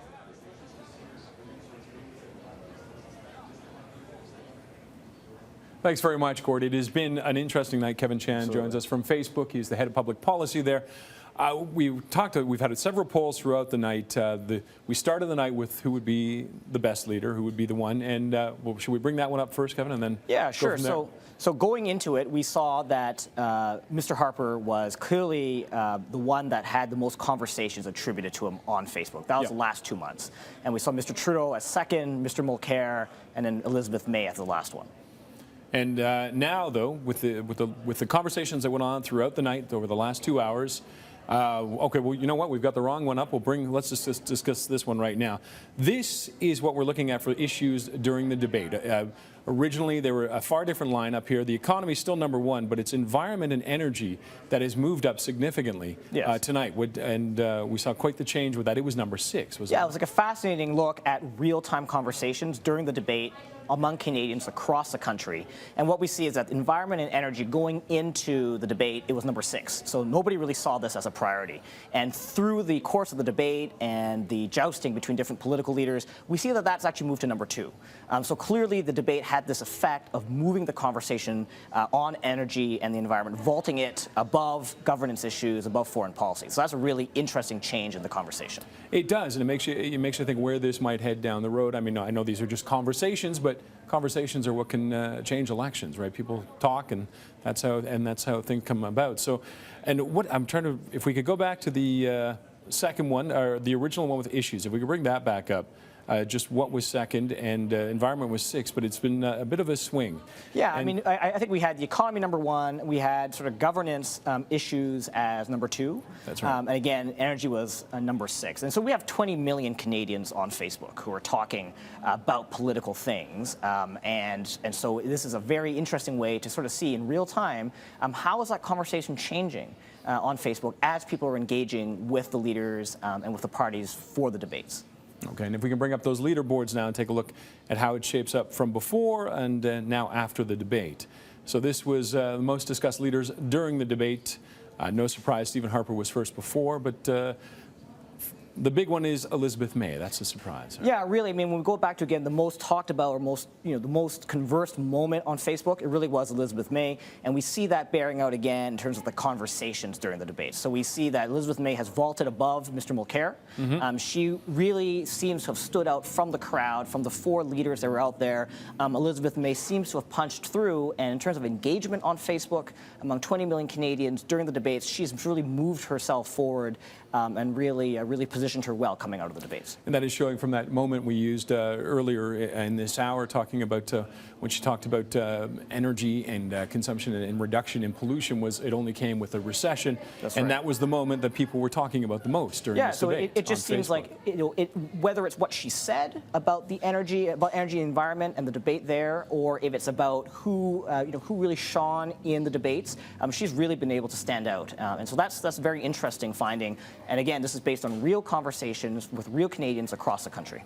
And of course, these conversations will continue, and absolutely, you'll be able to see where they go from here. Now, what will we see over the next little while with these conversations? You'll be tracking them, obviously. Yeah, we'll be following them again, obviously on an aggregate level. So we don't know what individuals are saying about leaders, but we know as a trend line, looking at the real conversations, we can say on aggregate, these leaders are having the most conversations versus others. Now, of course, we don't know if these are positive comments or critical comments. What we can say, though, is that they're generating a lot of engagement. So comments, likes, shares, and also spontaneous posts by Canadians talking about their leaders. And it will continue on. Absolutely. All right, Kevin, thank you very much for joining us tonight. It's been a great 3 hours, with actually earlier as well, but wonderful on this information that you've passed on to us. We appreciate you taking the time talking with us. And for now, we'll send it back to Gord Martineau. Gord? Roger, thank you. With me tonight is Mark Bowden. You are a body language expert, and that is one of the subtleties of a debate, that one of the things that observers look for to see how that might register with the electorate. You saw the debate. You saw the 4 leaders and how they presented themselves. What did you think? Yeah, so first of all, looking at Stephen Harper, what we saw was good, symmetrical body language. Prime ministerial kind of? Absolutely. Okay. If you're looking for that prime minister, you've got this symmetrical body language there, very still, very ordered in his body language. There he is again, completely symmetrical. So if you're out there and you're looking for a prime minister and you may be thinking of changing your vote or not changing your vote, this is who you might go for. Because you thought this is the guy who has it most together and is presenting the facts carefully. Absolutely. Well, he's a past master at this. He's been doing it longer. Look how still he is here, even when looking at one of his adversaries. So he's calm, assertive, still. That's the kind of prime minister people may well be looking for. What other observations do you have? Well, let's look at Trudeau. So again, good, symmetrical, but you'll notice he's talking a lot faster. So he's maybe talking at about 140 words per minute. And gesticulating. Absolutely, and it's not as certain and as sure. And so it's a lot more difficult to kind of watch him and get a gauge of him. So is he calm and assertive? Well, possibly not as much as Harper. So again, if you're looking for that prime ministerial figure, he's got some of it, but he's a little bit too fast to be followed and a little bit too maybe agitated at You're times. thinking the gestures are taking away from what he's trying to do? Well, absolutely. If they're not symmetrical and if they're agitated like this, it's a lot more difficult to key into what he's saying. The message may be missed slightly. 2 other leaders were there tonight. Who else did you look at and analyze? Well, let's take a look at May. If she's the foil there to this kind of 3-party debate happening here, she's a little more muddled. Even at the start of the debate, she's messing around the papers. She's got her hair, the glasses. It's a lot more confused, essentially. And this maybe is about the way she's dressed at times, but it's more difficult to get into the eyes because of the glasses. The earrings here bring attention. The jewelry here, the badges here bring attention. And so it's difficult ought to focus on the eyes and the mouth, which is where we read for that trust. So maybe a great performance in the politics, but in terms of being able to read her and trust her, it's more difficult for anybody who might have a swing vote, don't quite know who they want to vote for. Okay. And Thomas Mulcair, the NDP leader. Of course, Mulcair. So, you know, interesting with him, probably the most interesting performance there. Suppressive gestures from in there you're seeing. Also, at times, you've got this dramatic face that happens, the big eyebrows, the eyes that come out, and suppressive gestures again. Twists in the body at times that make him look kind of cynical at times, a bit kind of negative. You say the word cynical, and that actually came to mind at one point. I thought he was trying to be over the top with his sincerity. Absolutely, and then at times here you get that kind of pursed lips, sucking a lemon kind of gesture of sourness. So maybe a bit negative again for the swing voter who's going, if I don't want Stephen Harper as my Prime Minister, where's calm and assertive and positive? Would they really go to him? Maybe not. Mark Bowden, thank you very much for your input tonight. Some interesting observations. You're the body language expert, and you did well tonight. Thanks, good. Let's go to Melanie Ng with reaction from the Twitterverse. Mel. All right, thank you very much for that, Gord. Of course, a lot of people go to Google as their first resource when it comes to online searches. Tonight, no different. Aaron Brindle from Google Canada joins me now. How you doing? It was a busy night for you. Oh, gosh, it sure was. And a lot of Canadians were going to Google asking all kinds of questions is what we found. Canadians were looking at, you know, questions mostly related to the economy. There was obviously that was the major focus right off the top, and a lot of questions, actually a lot of kind of clarifications. You'll see right off the top, did Canada have a surplus before Harper? Right. Of course, everyone's talking about the deficit and a lot of attacking on Harper with that. That's right, and that turned to, well, what's the situation now? And Canadians want to know, well, are we in a recession? Economists say, well, we're in a technical recession. Right. But I think it was a debating point. It really was. Looking at this one here, what does Justin Trudeau consider to be middle class? Interesting. Interesting, and it seemed to be that there were a couple of different definitions maybe out there, and Canadians clearly wanted to know. He referred to middle class a lot. Yes. It was one of those trending terms that percolated up, especially in that first half hour, and I think people wanted some clarification. Well, we're talking about middle class. Who is this? How does he see this? Okay, and finally, does Thomas Mulcair want Quebec to separate? Yeah, when we started getting into the governance part of the debate, there's a lot of questions around, you know, does Mulcair does Thomas Mulcair view separation as viable, and what is the threshold that has to be met for Quebec to separate? And, and that was a point of tension during the debate. Absolutely. And the last question here, what is the main role of the Senate? Of course, that was a sticky topic and a lot of attack on there. So I think this is an interesting question because maybe people don't know what the Senate even does. Should it be done with? Well, that's right. And what's interesting is that Canadians go to Google often to seek clarification. They have questions around these sorts of things. And there's a genuine curiosity here, I think, being reflected in some of these results. Let's look across the country as well, because you can see people who are Googling across the country. And this is interesting. Most people wanted to know about Trudeau. Well, yeah, actually, this reflects a lot of the data that we saw that shows that just in general, search interest across the country, most of the search volume went to Justin Trudeau this evening, followed by Stephen Harper. And that's reflected here in the geography that you see across the board. You may not see, but little PEI there, that actually went to Stephen Harper, that's right. But for the most part, this was Justin Trudeau's night in terms of search interest online. What's interesting, there's no Thomas Mulcair there. Really? That is interesting. And the one thing that we can't tell from this is sentiment, right? Whether or not it was a positive or negative search on them, they were just curious about that. That's right. People go to Google for all kinds of various intentions, and often it's to seek clarification. We noticed that the peak moment was when there was a bit of a back and forth between Trudeau and Mulcair, and that was definitely like the high point at around 8:50, sorry. Yes. As they were debating, energy east. That's it. Yeah. Very interesting. Thank you very much for this, Aaron. My pleasure. And we're going over to you, Gord. Thank you, Mel. Paul Wells is here. You are the moderator of the debate. You put this thing together. It was a lot of work, a lot of organization, and then a little bit arm twisting to get everyone to agree. How do you feel overall about it? I think we had a good conversation. There were some sparks, some confrontations on questions like the Clarity Act, on questions like the mess in the Senate and the role that Canada should take in crisis spots around the world. But I was struck by how willing the leaders were to let one another talk how eager they were to have a conversation that had some substance to it. I didn't see the kind of angry outbursts that I expected in certain portions of the debate. And I'll suggest to you that overall, I don't think there was a clear winner, but I think that Harper and Trudeau and Mulcair and May did the best they could to not lose. Am I right there? Yeah, well, I think one of the ingredients of a classic debate is desperation, and you usually get that 4 or 5 days before a vote. And since there's 11 weeks to recover from whatever happened, I think the leaders had the sense that the stakes weren't sky high, that this was more an introduction than an attempt to close the deal in the home stretch. I thought the other leaders were smart not to dedicate their night to tearing Tom Mulcair down. Yep. Because usually when everybody turns on a leader, that kind of consecrates them as a front runner. And I think probably someone smart said to them, you know, just leave Mulcair be, make your own case.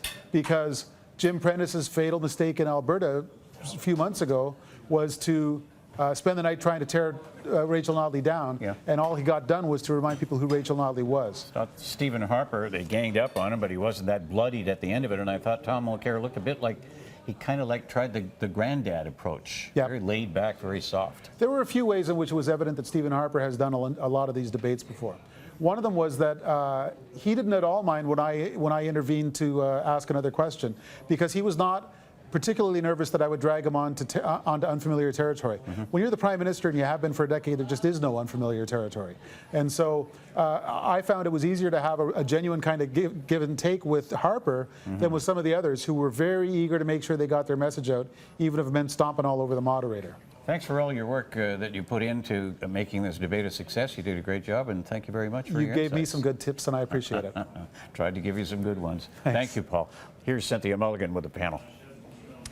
All right, recent polls suggest Canadians are tired of Stephen Harper and want to change. Do you think he changed anyone's minds?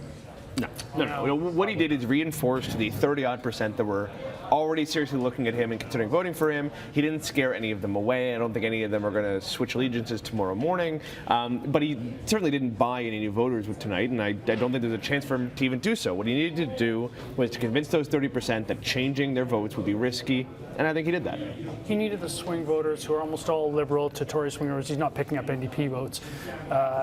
He needed those people to not write him off. That small segment of voters who moved late in the last campaign and gave him a majority that very few of us thought he was going to get, he needs those people to not write him off. And for that, he needed not to seem mean and aloof and detached. And I think he managed that tonight.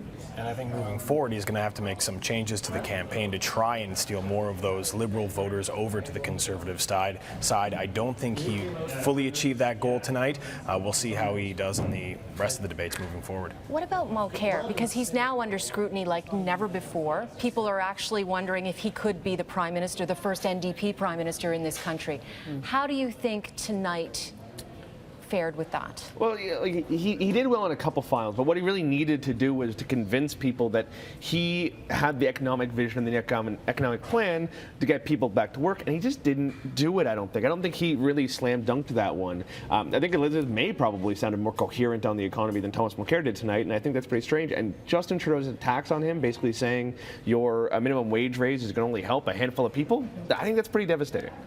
I think for Mulcair, a lot of the challenge is getting that narrative out that he's not a wonk lifetime politician from Quebec, that he's a grandfather now. He alluded to his grandchildren at one point, that he grew up in a big family. All those soft edge kind of things that they've tried to do with him really largely this year. And I'm not sure he got a lot of that out there. I didn't get the impression that he managed to steer it on to personal experiences as much as I thought he might. I thought Trudeau might try to do that a bit too. Trudeau did allude to being a dad at one point, and I think he'd rather be defined as a father of young children than the son of a famous politician, so that would be his goal in that. And I think he did visually appear prime ministerial when he was going through the debate, but he didn't get his point across, as Justin said. And I think Canadian voters who may be a little bit wary of NDP economic policies and what they plan to do, he basically faced attacks from both Prime Minister Stephen Harper and Liberal leader Justin Trudeau on those points. So there will still have to be some warming up that voters might have to do to Mulcair. We just have a few seconds left, but my sense is, in watching the attack ads in particular and how relentless they were, that Harper's trying to obliterate Trudeau and make this a two-party race.